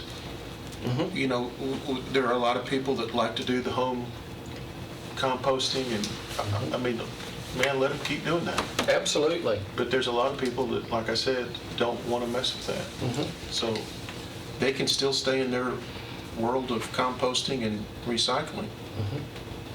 And those that don't want to participate, just throw it in one bin. You know, last week we had a group that visited our plant from Canada, and they said by mandate, they have 8 different bins at the curbside where they're separating, you know, glass and metal and plastic and food and whatever. And, you know, as we explained to them, what they call black bag waste, which is the final bag that doesn't fit in any category, is what we would be processing. And so we kind of talked through it, and then they were like, well, and there's 3 of these other bins we're collecting that we don't have anything to do. Can we dump that into the waste away as well? And of course you can. And so we were talking to them about the curbside recycling and the things they were doing, and they were kind of joking, you know, how do we get one of these? And I just kind of said, well, you know, write a check and you can have one tomorrow. And they looked at me and said, you know, how big a check do you need? And we've sent them a proposal. They're actually looking at writing that check and moving forward rather quickly, because, you know, I talked to them about taking a year or 2 to get the financing in place and everything else, and they said, we'll worry about getting grants after the fact. We'll do this, you know, off balance sheet and move forward. So even in Canada, with all their recycling, waste away still makes sense. One more thing, Mark, before you jump into this. Phil, since you weren't able to attend, and I'll let you guys vouch here. There was, to my recollection, when we approached the building, there was no odor on the outside. If I was a neighbor, there was no odor, no noise. When you went in the building, there was an odor and there was heat, because you're basically bringing this to a temperature where you're killing stuff. So it was uncomfortably warm inside the actual plant part, but there was no smell on the outside. So, Had you been operating prior to us getting there?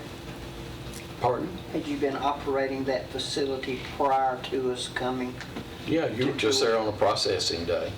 In fact, I think, if I'm remembering, didn't you get there in the afternoon, as I recall? yeah, and you had a Yeah, and it was July. No, it was morning.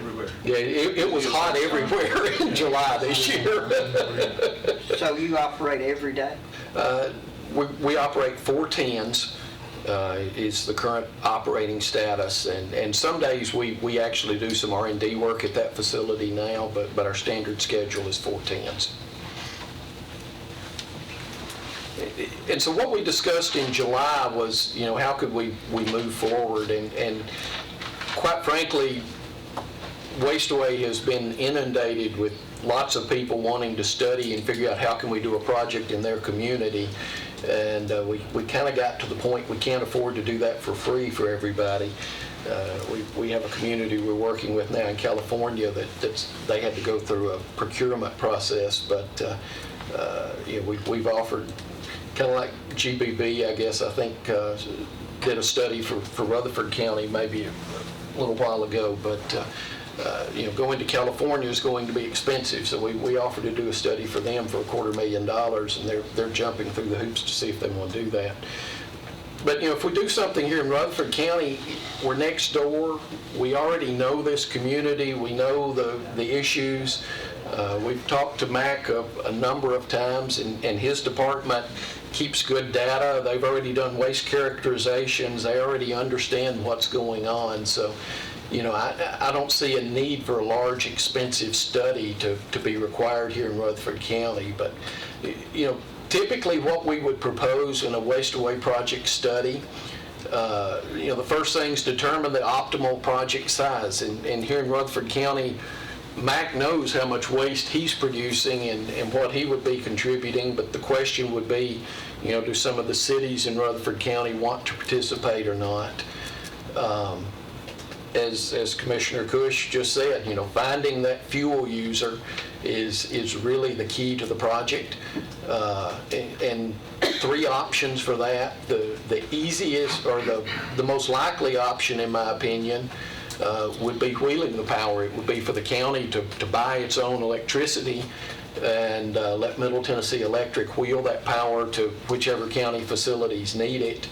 And I think that's probably going to be both the most economical, and it guarantees that there's no risk. That Rutherford County is going to forever need electricity. That Rutherford County is going to forever have waste. So if you're converting your waste into your electricity, that's a closed loop, if you will. You control both sides of that equation. If you chose not to do that, as I mentioned earlier, there are several opportunities that use enough electricity we could build a power plant on their site, and we just have to approach them and see what their appetite would be. And then there are, I think, 3 that we've identified large steam users that would be a candidate. They wouldn't have to build a power plant. They could just put in a boiler and buy steam. The other things you've got to look at, we'd have to look at it once we figure out what the size of the facility is and what we're going to do with the fuel. Then you've got to look at how much money does it cost. Look at an operating pro forma and understand, primarily, I think what the county is going to be most interested in is what kind of a tip fee would it take to support the facility. We ran some numbers that I guess we gave Mac, what was that, maybe 2 years ago, Mac, when we ran some of those numbers. And, we were showing then a tip fee of $40 was certainly reasonable and should be a financeable alternative. As we work on this, we may be able to lower that number some, but that's probably close to where you're going to be. We can help you investigate ownership structures and finance options. We've already talked about, for-profit or letting the county do it itself. Then obviously there's the hybrid or a public-private partnership that would be an option. We are working with a community in California right now, and I think their option's going to be they may actually float the construction financing, and then we will actually operate the facility for the first few months and help train their people, and then they will take over operations after a few months of successful operation. And then, a preliminary environmental assessment, and we probably already know this since we're here in Tennessee, but looking at any permitting or any issues like that, which really are not going to be that onerous here in Tennessee, to be sure what types of environmental permits may be required that, could stretch out the project. And because we're already familiar with the area, we're probably looking at a 3-month window would be adequate to accomplish these items. As we're talking to fuel users, we would certainly want some level of support from the county. You don't go to a fuel user and say, hey, I'm trying to talk the county into something, will you buy my fuel? Because the first thing they say is, well, I don't want to talk to you until the county's decided are they interested in doing this. So there's always a little bit of a catch-22. Nobody wants to go first. But what we would propose to contractually to do the project study is we would work together. We would work with Mac's department to identify the right size and volumes of material that need to be processed. As we've discussed before, we could process all of the waste in the county at one facility. We could start maybe with half of the waste and then grow if you want to, however makes sense for the county. We would need some period, and if we're doing a 90-day agreement, the 90-day exclusivity would be fine, but there'd need to be some period of exclusivity where if we're going to a large fuel user and saying, hey, the county's serious about considering this, they need to know, we're the people they need to be talking to. And typically we are asking that the communities that we're doing these studies for pay a fee up front. We'd be looking at a $50,000 fee. I think would be more than adequate to cover this because we're so close and already know the area. I'm not having to buy plane tickets to fly to California to do work here. And that fee would be completely refundable if the project cannot meet the goals. And I guess somewhere in this, I skipped it up at the top. Part of a waste away project study is we would work with Mac's department and this committee to identify project goals. And those goals, let's say you want a tip fee that's $40 or less. You want 90% landfill diversion. You want whatever criteria you set that's important. And we would mutually develop those so they're goals that are realistic. But we would set those goals. We would enter into this exclusive 90-day development period to see if we could put together a project working with your team to meet those goals. We would ask for a $50,000 fee. It would be refunded if at any time during those 90 days it became obvious we can't make this work for whatever reason. None of the fuel users are interested. The numbers don't work. If anything comes up where we cannot meet those mutually agreed goals, then the money would be refunded to the county. If we can meet those goals and the project goes forward, that money would be rolled into the cost of the equipment and be discounted there.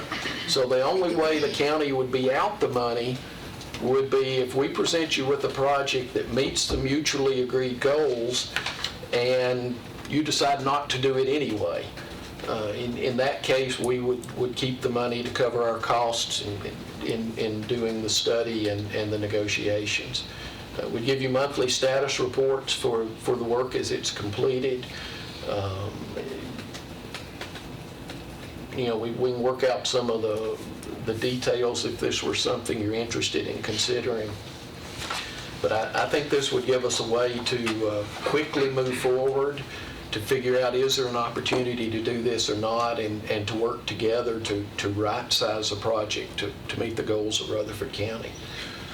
So Mark, let me ask you, in this study, would we have then a feel for what size land parcel or parcels you would need to pull this off? Sure. And then talking about the wheeling of the power. I mean, I wouldn't, me personally, wouldn't have any clue as what the cost of infrastructure would be. Do you have any feel? And would this report give some estimates on what costs would be for option A of wheeling the power ourselves? Sure. Okay. Yeah, that, you know, the CapEx budget would include the interconnect, and we would work with Middle Tennessee Electric to identify, you know, where does the power plant need to be located to minimize that cost. You're going to want it to be close to one of their substations, most likely. It doesn't have to be next door, but you know, you don't want to be 20 miles from the nearest substation. So we would work with them to identify the best place to get an economical interconnect.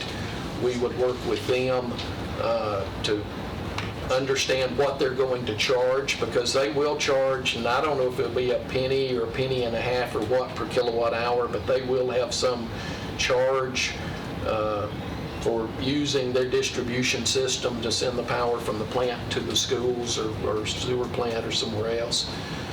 So we would work through that with them. All that would be part of both the capital budget and the operational budget. So it would be a full business case to you know, gives the county something tangible to evaluate. Mac, do you think this is something that Joey and his group in the city may joint venture on? I would think so. I was sitting here running some numbers for you, and this is on a piece of paper, not an envelope.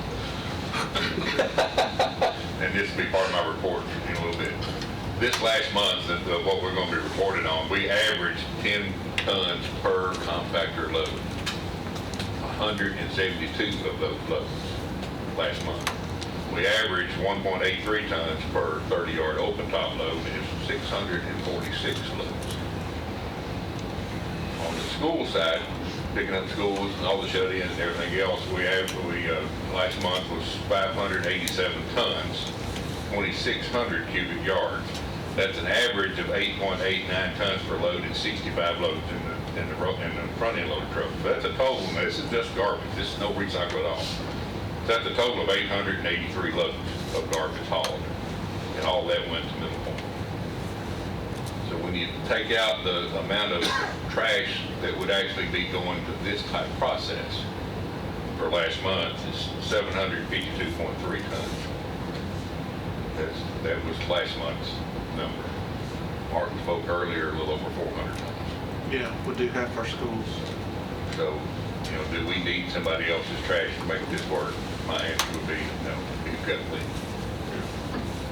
And that's not counting the city of Murfreesboro trash. So if we're going to do this in partnership with the city of Murfreesboro, then he's going to have some trash to go along with this, almost as much as we do, not quite. We're going to be close. So, you know, you're looking at well over 1,200 tons. I was told that we spent approximately $11 million on electricity to power our schools last year. I believe that. If we could put a dent in that, that would be awesome. I like this process. I've said this all along, that the waste-to-waste process, I really believe in. The struggle is to find a fuel purchaser. You were headed that direction, didn't quite get there. The county becomes their own purchaser. Yeah. And make it into a closed-loop system that can make that work. And doing it behind the fence, as Mark was saying, you know, the generation is behind the fence wherever the power is going to be. That way you don't have to worry about dealing with Middle Tennessee Electric and trying to move power lines. If you're going to try to do the school systems, then yes, you would. You know, if you're going to try to get it into the school system, there's a lot of logistics there. It's something that can be progressive. It's something that can kind of work in our favor. And it's something that we can show the rest of the state that, yes, this can be done. Mentioned something earlier about the incineration. What really hurt the process at Sevierville was when they were wanting to try to use their product as a fuel source, and it was deemed incineration. Their team of people did not want that word used. That one terminology is what killed that whole project. That incineration kind of conjures up the old thermal plant in action. Commissioner Blair was talking about digging up our landfill, which I love that idea, and I hope that's where we go. Our landfill has been there for a long time, so the commodity that you're digging out of our landfill is not necessarily what you would want to run through this system. Right. Is that a true statement, Mark? Yeah, you've already lost some of your energy value because that material has already decayed some and the methane's been released from it. So, We went to like I said, it's possible, but economically, it will be difficult to have it make sense. Almost 5 years ago now, we went to Lamar County, Georgia, to look at a pyrolysis process. And we were really interested in their process, and they were taking the gas and running it through their system and pulling all the anes out of it, the methane, octane, butane, and all those things. The thing that kind of made me nervous about that system is you're going to have a tank farm to store that stuff until you can sell it and ship it. I'm not really anxious to have a tank farm out there at our landfill. It's just not something I really wanted. But they had a landfill at that time, or before we got there, about the same size, same age, same environmental issues as the Rutherford County landfill has today. And they dug that thing up, and they moved it across the street into their landfill. 70% of what came out was either recyclable material that was still in good shape to be recycled, or dirt. That's what Mark was talking about, a lot of dirt in a landfill. I asked the question, how much hazardous waste did they find? They said they didn't find any. The rest of it was buried in the landfill. They had samples similar to what Mark and Mike brought tonight. Most of us are old enough to remember when you'd write a check and you'd send it to the bank, they'd mail it back to you with all the holes in it. Yeah. They had a lot of those checks that never even got wet. Never even been wet. I mean, they were just as good as they were the day that the person threw it away. There was a picture that they'd taken is apparently at the end of the day, somebody brought in a pickup truckload of freshly mowed grass and dumped it, and they buried it. And 20 plus years later, when they uncovered it, it was still just as green as it was the day they put it in there. And they had to take pictures quickly because it started turning brown real quick. But, you know, as things deteriorate in a landfill, it takes a while. But, you know, the mayor and I have discussed this briefly, but multiple times, you know, environmental issues that we have at our landfill, if we could dig that thing up, what happened in Lamar County, 5 years after they dug it up, groundwater quality underneath that landfill went back to what it was before the landfill was ever built. That's the reason to dig it up. Now, we're going to find hazardous waste in ours? Probably. At that time when our landfill was going, Nissan was new, Chromalox, GE. We had a lot of big businesses here that use a lot of chemicals. So, yeah, we probably got some stuff in there. But I'd rather have to pay to get rid of it the right way than to leave it there. Okay. All right, so let's get back to your proposal. Could you, we would have to, get the city involved and see if they'd be willing to financially participate and be a part of this. They would want to see some kind of a scope or what your deliverables would be for this investment. Could you and Mike put something together? Yeah. And We already have boilerplate, because like I Okay. said, we already are Okay. working with other communities, so and sure. you can send that to the mayor, send that to me, Okay. or Mac, or a copy to all three of us. Okay. And then we'll deliberate about your offer. And then the mayor and I can chat. Are you timing out, Matt? Yeah. I appreciate 100% what you're saying. Yeah. We've got a purchase and procurement process we have to go through. Right, I was getting ready You're going to to, put it out for bids, and then this would be one of the possible bidders. I doubt anybody else is going to have the same process. You're going to get bidders from different processes and then have to make a decision. all right, so this does have to go out to bid? Yes, Just like, did BBG report have to go out to bid? it did. Okay, all right. I didn't know that was the case. It didn't have to, but we did one way for engineering. Typically, you're referring to ton or yard, your $40. Tons.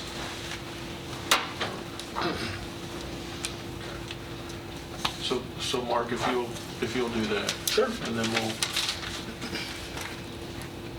decide on whether we want to launch that, and then Okay. we'll send it out to bid. Be glad to. Any questions for Mark and Mike before we dismiss them? This is very good. I appreciate your time and effort. Thank you for your continued interest. So if I, not that I want to do this, but if I were to take that canister and throw that in my fire pit, would they ignite by open flame? Or is it more to it than that? It burns more like coal. It'll kind of smolder. Yeah.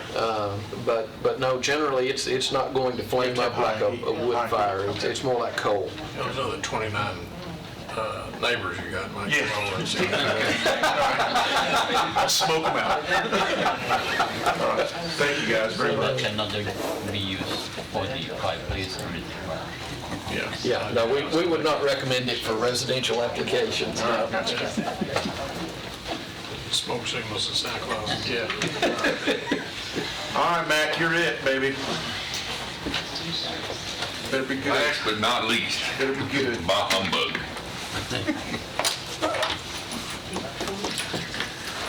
No, start as usual with the landfill report, but I have a note on the landfill report, so I want to mention that before I forget it. November the 2nd, from 8 until noon, will be the household hazardous waste collection at 4675 Florence Road, City of Murfreesboro Smokes Facility. November 6th, 8th, November 2nd will be the first Saturday in November from 8 until noon. They will not accept paint, latex or oil base, and they will not accept electronics. We accept electronics 5 days a week at Haley Road. We accept fluorescent bulbs like we have in here. A lot of people save those and bring them to HHW. You don't have to keep them that long. We collect those 5 days a week as well. Oil-based paint, if you have that, most people don't have it anymore, but all our office will set you up with an appointment to bring that to us, and we can take care of it. Latex paint, you'll need to dry yourself. Hey, Susan? Susan? Would you shut the door? Okay. But any questions on the household hazardous waste? Oh, yes. I should have known. For the record. I should have known. This will be Florence. Sir? The November 2nd. November 2nd will be at Florence Road and for the Murfreesboro Malts facility, and it's for residential only. So if there's small quantity generators, it's businesses, they can contact TDEC. TDEC will put them in contact with the service provider that's doing actual collection, and they can do them a quote, and they can bring it after we're finished, and they'll actually pick it up from them there. We're on track to have, we have in the last couple of years, have 2 of these collections each year. Right now, we're trying to have them the first Saturday of April, the first Saturday of November at the same time. So, any questions on the, So this will be advertised in DNJ and all other social media? it's already out on some of the social media already. Our Ashley McDonald is the new, not real new, she's been here a month, I guess, hasn't she? Pretty close. 2 weeks. 2 weeks, okay. Time flies. But she's already done some stuff to advertise it. Now, landfill, of course, is kind of slow. Only thing we're accepting is brush and tires. And hopefully y'all's report printed the way mine looks. If you, 0 pounds, 0 tons for brush is what I should see. that's zero residential, because now everybody has to pay, so it's all deemed commercial. So we're not taking in a whole lot of money there. I think it was Commissioner Dodd, I'm gonna pick on him even if it wasn't, asked about tires last month. That second page or the third page of the actual report is your tire number for last month. Tires monthly. So you can see there's not quite a bit. A number that doesn't show on here, we got an email last week, I believe, 2 weeks ago. The number, the DOR, Department of Revenue for the state of Tennessee, sends us a check quarterly for the tire revenue that our tire dealers turn in. You know, I've explained that process, and then we wind up with $1 back. It was over $99,000, but less than $100,000 for the quarter. And that's kind of typical of how much revenue that we have coming in from the state. These revenues that you see here on this page are additional revenues. This is not that money. Mike, I got a question. Yes. Somebody was asking me a question I didn't know, but they said on each tire that there's a fee. Is it the tread or the cap fee or? Predisposal fee. Okay, well, this was on each tire that would be paid. Yes, sir. If we went to the tire dealer this evening to buy a set of tires for our vehicle, you know, we would negotiate whatever that price is. The state's portion of that, the dealer's supposed to collect $1.35 Yeah, per tire. I know that, Okay. that's in the code. This was another fee that, and I don't know who would pay that. Now, there's a different, additional fee that some of the tire dealers are putting on because this $1.35 doesn't cover their cost, Yeah. their transportation and that. Well, it was former Mayor Travis Brown is one that mentioned that to me. He goes, where's that, who's getting that fee? Where's that fee going? That if it's truly a fee, then the tire dealership themselves is keeping that. Okay. To help cover their costs of transportation and He handling. got that quality tire place out there by the, out of all Case and Lane. Oh, okay. And I'm gonna call him, and I'll call you and ask you what Okay. that fee is. But he was talking somewhere between $40 and $50 a tire. Per tire? I don't know on that one. Okay, I'll find that out. That's pretty steep for some kind of fee. Well, it is. Because, I mean, tires are expensive, but, That piqued my interest. oh yeah, much you want to get in the tire business. For the undercoating. So is there any question on the tire? Y'all had asked something about some dollars. That's, I'm just trying to absorb it, but okay. initially it cost us $310,000 a year or something. That's correct. And I just said scoffingly, well, that's a loss. You said, no, it's not. That's correct. We're covering that expense with this state rebate. Yes. Then you cut a check back to the tire people to take our tires. We pay them. That's correct. And I'm not seeing the number, I mean, is it under the revenue number? So I don't revenue, want to get in the weeds. the revenue number is the amount of money that we're collecting at our landfill when somebody brings us a used tire to get rid of. Okay.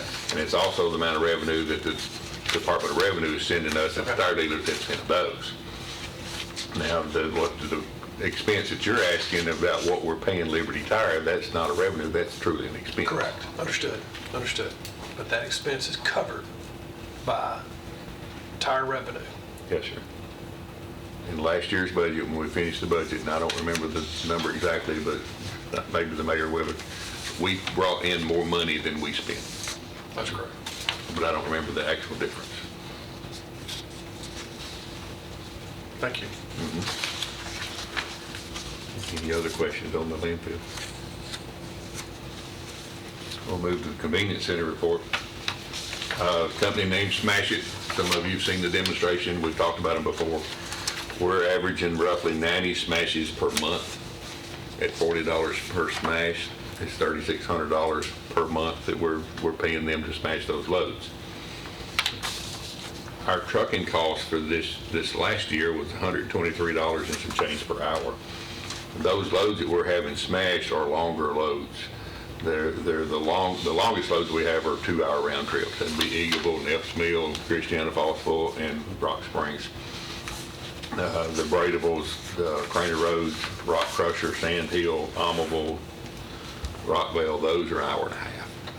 So it's a blend of those loads that we have in smash. So if you blend them, it's roughly an hour set in 45-minute round trip for the average.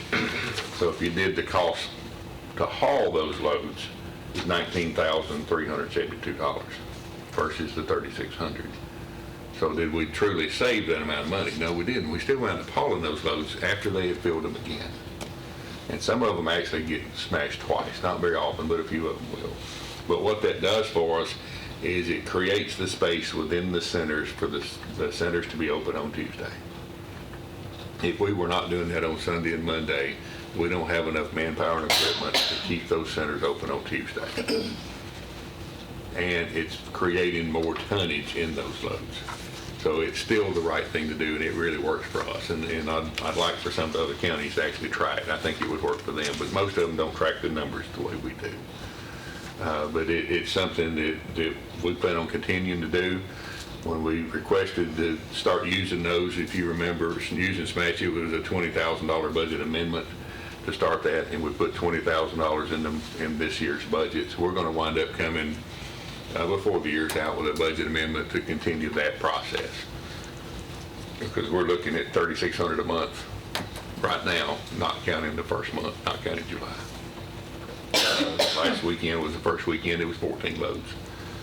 If he smashes a metal load, that helps us with that as well. And a while ago, I ran through the numbers with you. Mark was talking about 400 tons. But our school trash, if you took that alone, when school is in session, we've got over 500 tons a month of trash. Now, when school is not in session, what we normally do is cut their service back, and each school gets service with trash and recycle once per week.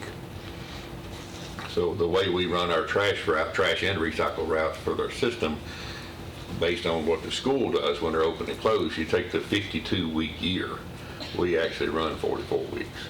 Because we'll go back summer, spring break, fall break, winter break, and then the summer break. You know, so they when I first came here, they run the same route every day all summer long. It's like, you know, dumping air. You know, so that's some of the efficiencies that we found, and we're still looking to find some more. We're still having trouble with contamination. Not sure how we're going to get that solved. The easy thing to do is say, we'll just quit dumping their trash for them. We can't do that. You know, they've got to have their trash service. The school, Mr. Spurlock and Mr. Lee both are easy to work with. You know, I can contact them, but hey, this is going on. They'll put a message out school-wide, or at least school-specific. Hey, you need to look at this. So we are getting some corrections. It's just very, very slow. Trying to change our culture is going to be tough. Really, really tough. Our residents really want to do what they want to do when they want to do it for free. And we've got them spoiled. So to get that changed is going to be really tough. Any questions?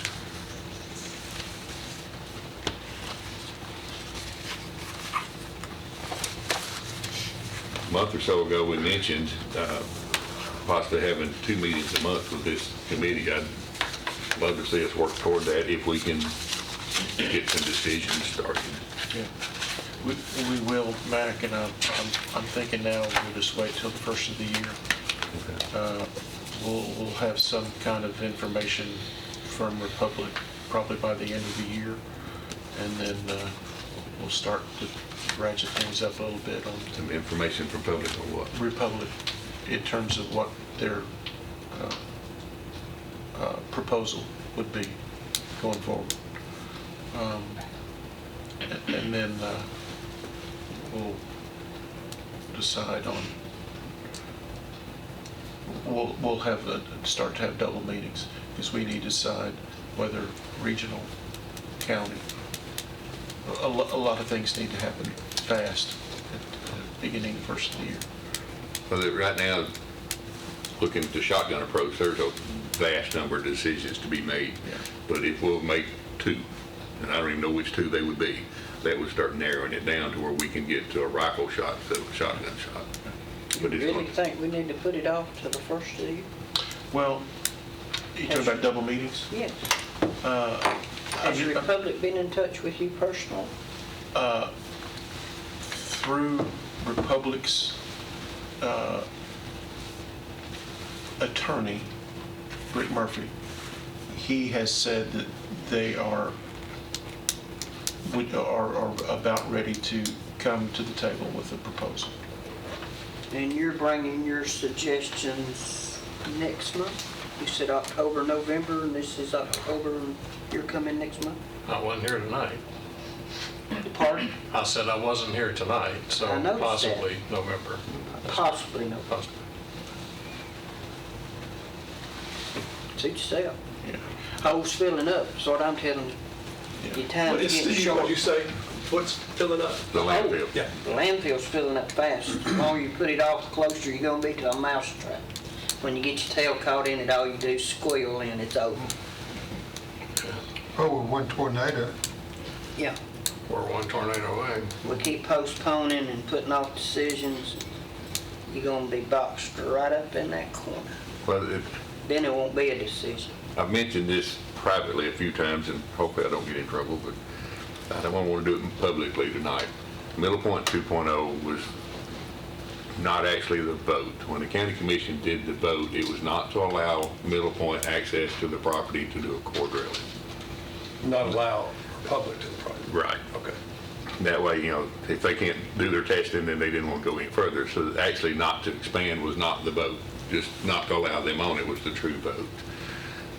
We need to do another vote at some point. I don't think it's going to win, but right now we have not closed our landfill.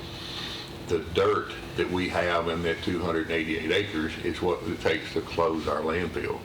So if we're looking at doing any project on that piece of property, we've got to close that landfill first and use that dirt. Because if we do build something on top of the dirt, then we have to buy the dirt to close our landfill. Mac, I believe there was 2 votes that night. The other one was not, well, I don't know if it's a true vote. To me it was, Yes, but it not. was a 21-0 vote, because Will made a motion, and then quick as that went through, I stood and made the motion not to allow them to expand. You are correct. And that was a You are 21-0 vote. The vote was for deny expansion. The And first vote was to deny the you are right. passage to core drill. Right. So as it stands today, they are denied expansion unless this commission and this to be gone through. We can stand as a 21-member commission, vote again and stop the expansion. And I'll be more than willing to make that motion in the coming commission meeting Thursday night, unless you have an objection.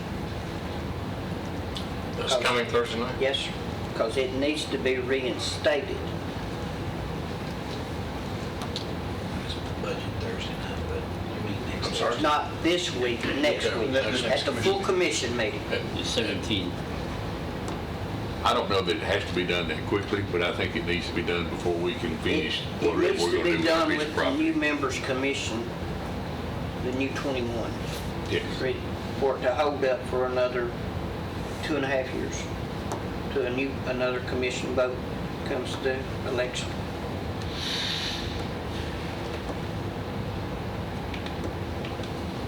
But, we're serious about composting, recycling, needs to be done. Totally agree. It will give us a road to travel and give them a road of closure to make other decisions or whatever they want to do, rather than just keep cat mousing back and forth. Well, we can do this, well, we might do that. Let's just draw the line in the sand. I see the other part of that is if we're going to dig it up, do you want to cap it? Well, the answer is yes and no. The part that we're talking about digging up, the old garbage part of it, is not what we're talking about closing. It's already been closed. It just has to be maintained. The construction demolition part of it needs to be closed if we're going to use that dirt around it for something else. Does leach aid come out of the construction It demolition? does. It does. Now, it's a lot less than it used to be. But what had happened over the years, we were using alternative cover. And basically, alternative cover was construction demolition debris out of Nashville ground up into something small particles, and they brought it in on tractor trailer truck. And at the end of every 2 weeks, we covered with it. And it's basically ground up shingles and wood and drywall. That's a lot of void space. It gets compressed. Well, what it actually did, daily cover is to keep the wind from blowing the paper, and it keeps the animals out. Well, C&D waste, the animals don't really get in there. There's nothing there to eat.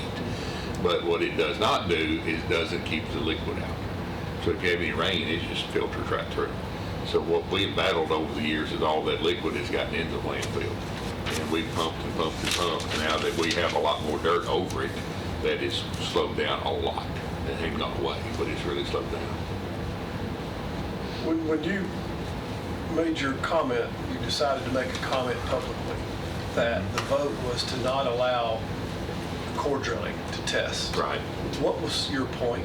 My point is that we've had different discussions of what can we do with the property at our landfill. We've got 288 acres counting the water, and then you got roughly 70 that's actually landfill. So what can you do with the rest of it? You really can't do anything till you cover the landfill, because you got to use that dirt that's around. What was the point of the core drilling? The core drilling was Are you suggesting we may revisit core drilling? You may revisit it, you may not. If you look at, wanting to allow them to expand, let them check it, see if you want to expand it, that's, you can consider that. That's one way of getting ours dug up. You may want to core drill it just so we know what's in there. If we're going to dig it up ourselves, at least we know what's there. TDEC is pushing us pretty hard to do some gas mediation. We still have methane that's getting generated. Had a meeting with them early part of last week, and they were wanting us to take the 44 flares, take that off and do some piping and stuff, and when we almost finished with the meeting, I wasn't trying to poke the bear or anything. I said, y'all realize you're looking at almost $10,000 worth of plastic pipe and fittings? No. Yeah. That's what we're looking at. To do something we're not sure that's going to work. So let's do smaller parts to see if it does what we want it to do instead of spending the money to do the whole thing. So they agreed to let us do it that way. Now, we've still got to get it all done by the end of the year, but we've already got started on part of it to see if we can help make some of that gas vent. And if we can't make it vent this way, they're going to probably want us to drill some vent wells in it. Well, what I was wanting to do, if they were going to actually core drill it, let them do the core drill to do the test that they wanted to do, and then we pay to build the well coming back out of it. Get your well pit done for free. For free, yeah. But Mac, aren't we 2 years away from EPA coming in and putting sanctions all across the country to start doing underground methane collection? Yeah. So we could be spending money right now that when the feds come in and tell us that we can no longer flare, same thing with Republic next door, you got to put in a methane collection system underneath, and what's that cost going to? Well, see, they've already allowed us to do away with the flare system, but we have to put vents on it, and it's... Yeah, but it may be going to a collection facility like we saw in California, and that gets really expensive. Especially now you can run your trucks off of it, and once we collect it, but we have no idea what that cost is at this point. In the way a landfill is supposed to be built, you bring trash in today and you dump it, and you take equipment and you break it apart as much as you can, you pack it in as tight as you can, and at the end of the day you take dirt and you cover it up. When you come back the next morning, you take that equipment, you remove that dirt off of it back to the original trash that you buried yesterday, and you start putting trash on it again. That way you have trash continuously packed in there. The way most landfills are actually built, the way ours was built years ago, you put all that trash in there, you cover it up today, and you go home. Tomorrow you come in, you put trash right on top of that dirt. That's right. So that what you've done now is you created hundreds, if not thousands, of pockets of trash that's sealed. Yeah, that's sealed in there. And so it generates leachate and it generates methane, and there's no engineered way for it to come out. So Mother Nature is going to send it somewhere. So what we've been doing for all these years is trying to figure out where Mother Nature is going to send it and catch it when here you go. But are we talking about the old landfill? Yes. Yeah. The Rutherford County landfill, Yes. separate from Middle Republic Point. Yeah. So, okay, so if in 2 years EPA says you got to put a methane catcher,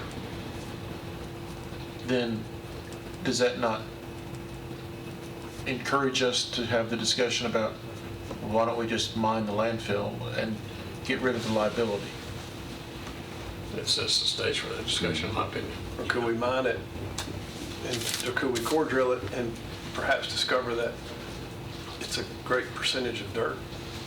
And the volume that would be exported might be less than we know it's a fair amount of dirt already. because of these There's gonna be a daily lot of covers, dirt. right? Yeah. But also, there's no liner. And recyclables. But, yeah, it may be 50% dirt. Could be. Contaminated dirt, I don't know, but it could be 50% dirt. You said a good word, contaminated dirt, and that's how Georgia deemed that landfill, and I'm sure TDEC here in Tennessee would do the same thing. When they dug up that landfill and 70% was either recyclable dirt, that dirt that they dug up was used as cover dirt in the new landfill. It could not be just spread back out. Okay, so let me ask you a silly question. If TDEC comes and drills the hole, No, TDEC won't. oh, I'm sorry, whoever comes and drills the hole for the methane vent, could you not send that core to a geotechnical lab and have them analyze everything and get some kind of reading on what contamination level the dirt is? Yes. And then we'll have pure evidence, indisputable evidence? that, okay, this dirt's good, this dirt's horrible, this dirt, if we excavate it, we'll need to reclassify it as a hazardous material? Wouldn't that give us the ammunition we need to decide on, or wouldn't that give us better information on how to make a better decision on whether we excavate or remine our landfill? Right. Although it's just one core and you might get a bad read, one core doesn't really tell you anything. No, we, Oh, you had to punch it. You got to do a punch. But your wells may be multiple. yes. You just have a frugal way to get the wells done. It's just Okay. kicking up an idea. Well, We it- could pay a geotech to come in there and core as many as we want. If Republic had been allowed to do that process, I forgot now that it's going to be somewhere between 80 and 120 holes. Oh, so that's a real reading. Yes. Yeah. Real report. That'll tell you exactly what kind of material you have in there and what condition it's in. Is there potential that the 50, we're coming up with an arbitrary number, is there a potential that the daily cover in the Rutherford County landfill, though contaminated, could be used as daily cover across the property line at Middle Point for the purpose of allowing wind not to blow it away and to make it watertight, It's highly probable. as opposed to digging the more of the Reeves farm next door, or both? The Reese Farm's about gone. About gone? But a percentage of hours could be determined to be daily cover, to be sold or transported or whatever. Now, let me throw you another little curve. When you get in the garbage business, it's full of curves. TDEC's got a thing going now that they're trying to take what they call contaminated soils and regulate them differently from trash so they don't get buried in the landfill, so you're not filling up your landfill with dirt. And there's a large project going in the Middle Tennessee area that dirt would go to. I don't know how long that project's going to last. I doubt if we would be ready to have that contaminated soils for a project like that one, but there may be another one coming that could go to. But at some point, we need to core drill the darn thing, to have that tool in our box too. So when is, Pay a geo, this methane core is happening soon, regardless. We've already started to put the vents on. We bought the vents last year. Right, I remember And that. I kept Funded dragging it. it. Yeah, well, we funded it, but I never bought it. gotcha. So, because I didn't want to spend that money on Okay. it. And my goal was to see if it would flare on its own, or not flare, but vent on its own, and actually it does. Yeah. But what they wanted is something to help accelerate the natural flow of the vent. So the little whirly birds that you see on roof lines, the little round thing that Yeah, the spins, turtle we bought those, but they don't actually spin. They're designed to where the wind blows through it. It creates that same type of force, but it's no movement to it. And sometimes mistakes happen, and sometimes mistakes are good. There's a piezometer there at our landfill right at the property line that they use to test for methane. And after they test it, they put the cap back on. For some reason, the cap did not get put back on. So the next quarter, when they came to do the test, the methane wells on either side of that piezometer and the piezometer was a lot less reading than previous. Okay. It vented. That's what they're wanting us to do anyway, is vent it. So I had the meeting with TDEC, we discussed that, explained that to them, and on the way back from Nashville, I called Johnny at the landfill and explained to him what we're trying to do. He said, I think I understand what you're doing. Well, before I went home that afternoon, which was that same day of the meeting, he sent me a picture. Is this what you're talking about? Well, it's a 2-inch PVC pipe coming up out of the ground. We had 4-inch caps that was going to go on it. So, see, fashioned something and attached it, and it's working. So instead of spending all that pipe money, what we're doing, and he did this, the next day he did this to make sure it worked. Take the flare off the pipe. You've got the flange, about a 3.5-foot, 2-inch metal pipe, a ball valve, and then you've got where it starts the flare assembly. And there's a union right there. So he took it off at the union, and he put one of these little whirly birds on that. Took a picture of both, sent them to the state. This is what we're looking at. Okay. So all we have to do is buy the adapter to go from a 2 to a 4, and we're good. And the whirlybird? We already have the whirly birds. The only other thing that we're missing that we would like to do, and we don't have to do it, we can go back and do it, but these wells were put in, these gas wells were put in '94. And we can't find a drawing anywhere, any plan, any thought of why you put them where they are, or anything else. So we don't know how deep they are. We don't know why they're located where they are. We don't know where the screening part of the well is to where it's capturing the gas. So we want to, at some time, go back, drop down into those wells and measure how deep they are, see if there's any leachate in them, and see if we can determine where the screening is. Because we don't know if they're 10 feet deep or 50 feet deep. We need to meet again in October and November. Well, let's do this. Steve, you and Rachel and Mac huddle and find the date. It doesn't have to be this room, right? It could be at your office, I guess. As long as it's publicly notified. Right. Does it have to be televised? I mean, public can come, but does it have to be?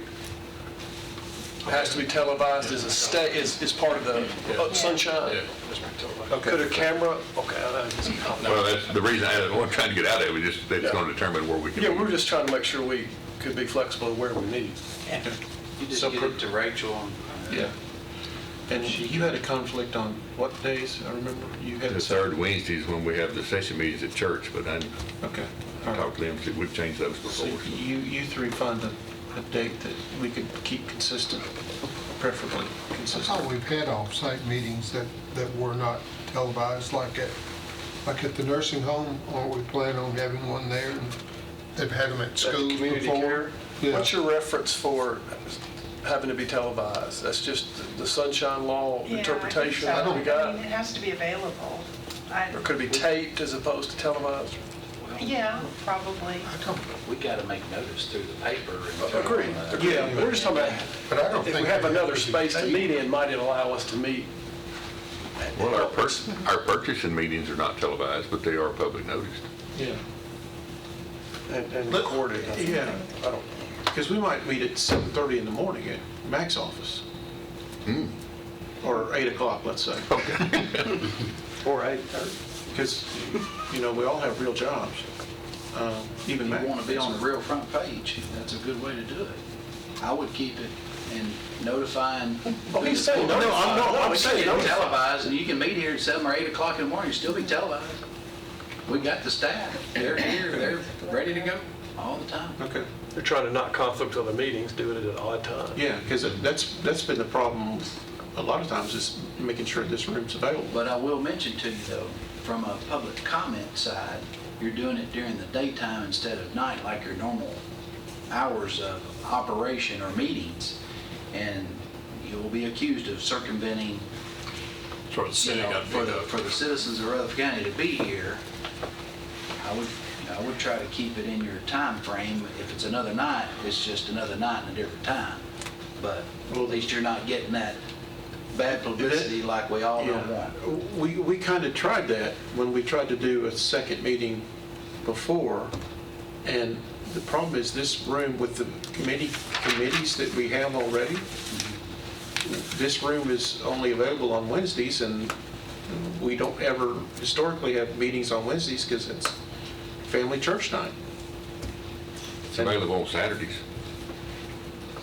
Yeah, I don't know that the county is open on We can find you Saturdays. some dates. We can get you some dates. We'll get you the calendar. That's what I'm saying. You three work together and get us some dates, and we'll run them by this committee.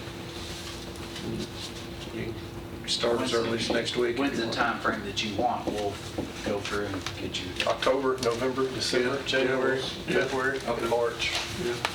One extra meeting where it's just Mac, the public, the televisions, and a brainstorm with this committee. We need to just brainstorm if nothing else. I got to hear what Steve's thinking And we have need to his get input. Hear what, You don't want to know. I want to hear what you're, I want to hear what, as all of us, I want to hear, I mean, you're creating stuff and it's, right. heck, we're already beat up. We've And been in for Becky hours. needs to. We need to hear what the rest of the world outside of Rutherford County is thinking too. Yeah. Well, and that's part of our decision process too, is who are we going to service? Are we going to service who comes into convenience centers and nobody else? City of Murfreesboro, what they pick up on the side of the road, the businesses here in town, all the restaurants. I mean, we've got to figure out what trash we're going to try to manage. And then we don't manage all that, a lot of that's privately managed. So, if we're going to go compost and eat food waste, well, then you're going to need whoever's picking up all those restaurants. That's not what we currently do.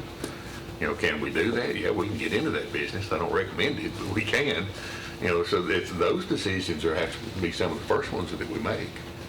And then, are we going to have partners? And if we are, who are they going to be? And, what are we going to partner for? What processes? There's a world of stuff. Steve, we need a giant whiteboard that fills this whole wall right here so we can brainstorm ideas on. We're going to have to truly brainstorm in this group, or it'll just die, Steve, if we don't. And Becky has real interest, because. And skills. Well, and skills, but she's mentioned it.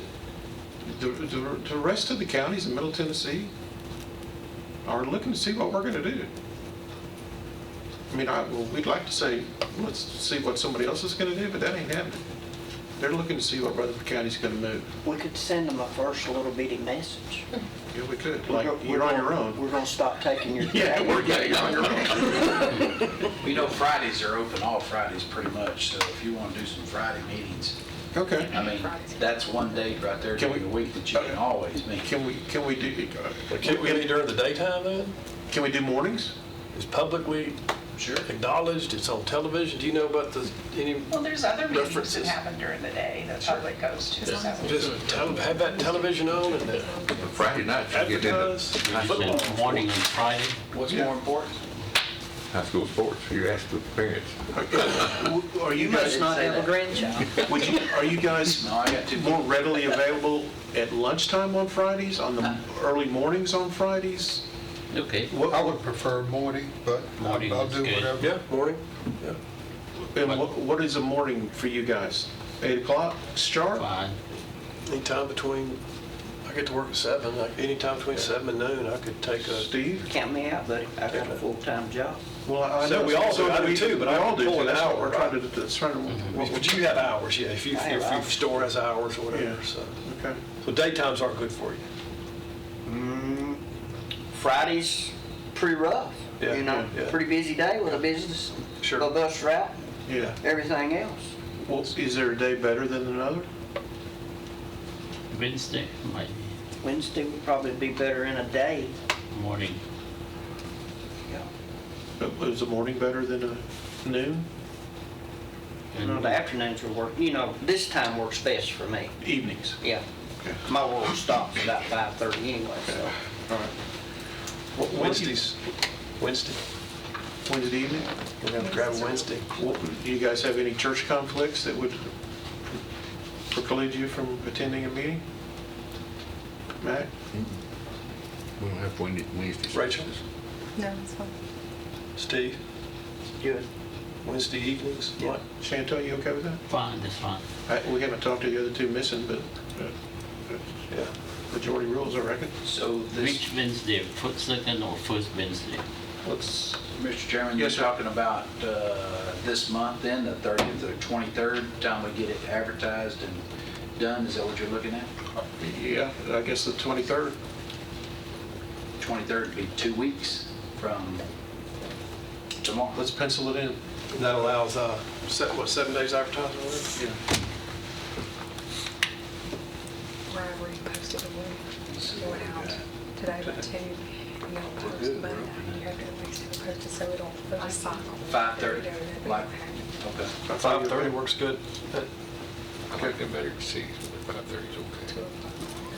We'll be prepared and ready to go. Okay. Is this a solid waste meeting? Solid waste only, yeah, this is not, yeah, That's up to y'all. yeah. 23rd. We don't, yeah, solid waste. 23rd. And the only thing on the agenda then, we will get together on that, but I mean, it's pretty much solid waste. It's, I think it's specifically solid waste. Okay. Right? Yeah, that's all it needs to be. Yeah, let's just Well, not. if you want to bring up something else, you could, but I mean, I'm just saying, it's pretty much. This is open, Yeah, I think solid waste so. open discussion. We say Friday or Wednesday? Wednesday the 23rd. Wednesday the 23rd. So that's putting it, our Tuesday meeting, then roughly 2 weeks later is our Wednesday meeting. So that's a pretty good span if we Yeah. want to keep it that, but that's up to y'all. That's fine. the, That's fine. yeah. Wednesday week after. All right. So it is written. Steve, Oh, thanks for wait a minute, being wait a minute, hold on, there. hold on, we're not done. Just glad We need- Steve are made you us- still have a report to finish? I'm finished with my report. We need to make a motion to accept Mac's report. So moved. All in favor? Aye. Any opposed? Report's approved. Do we have any other business? Gentlemen, thank you very much for your Thanks, time and y'all. effort. Thanks, Rachel. Meeting adjourned. Thank you.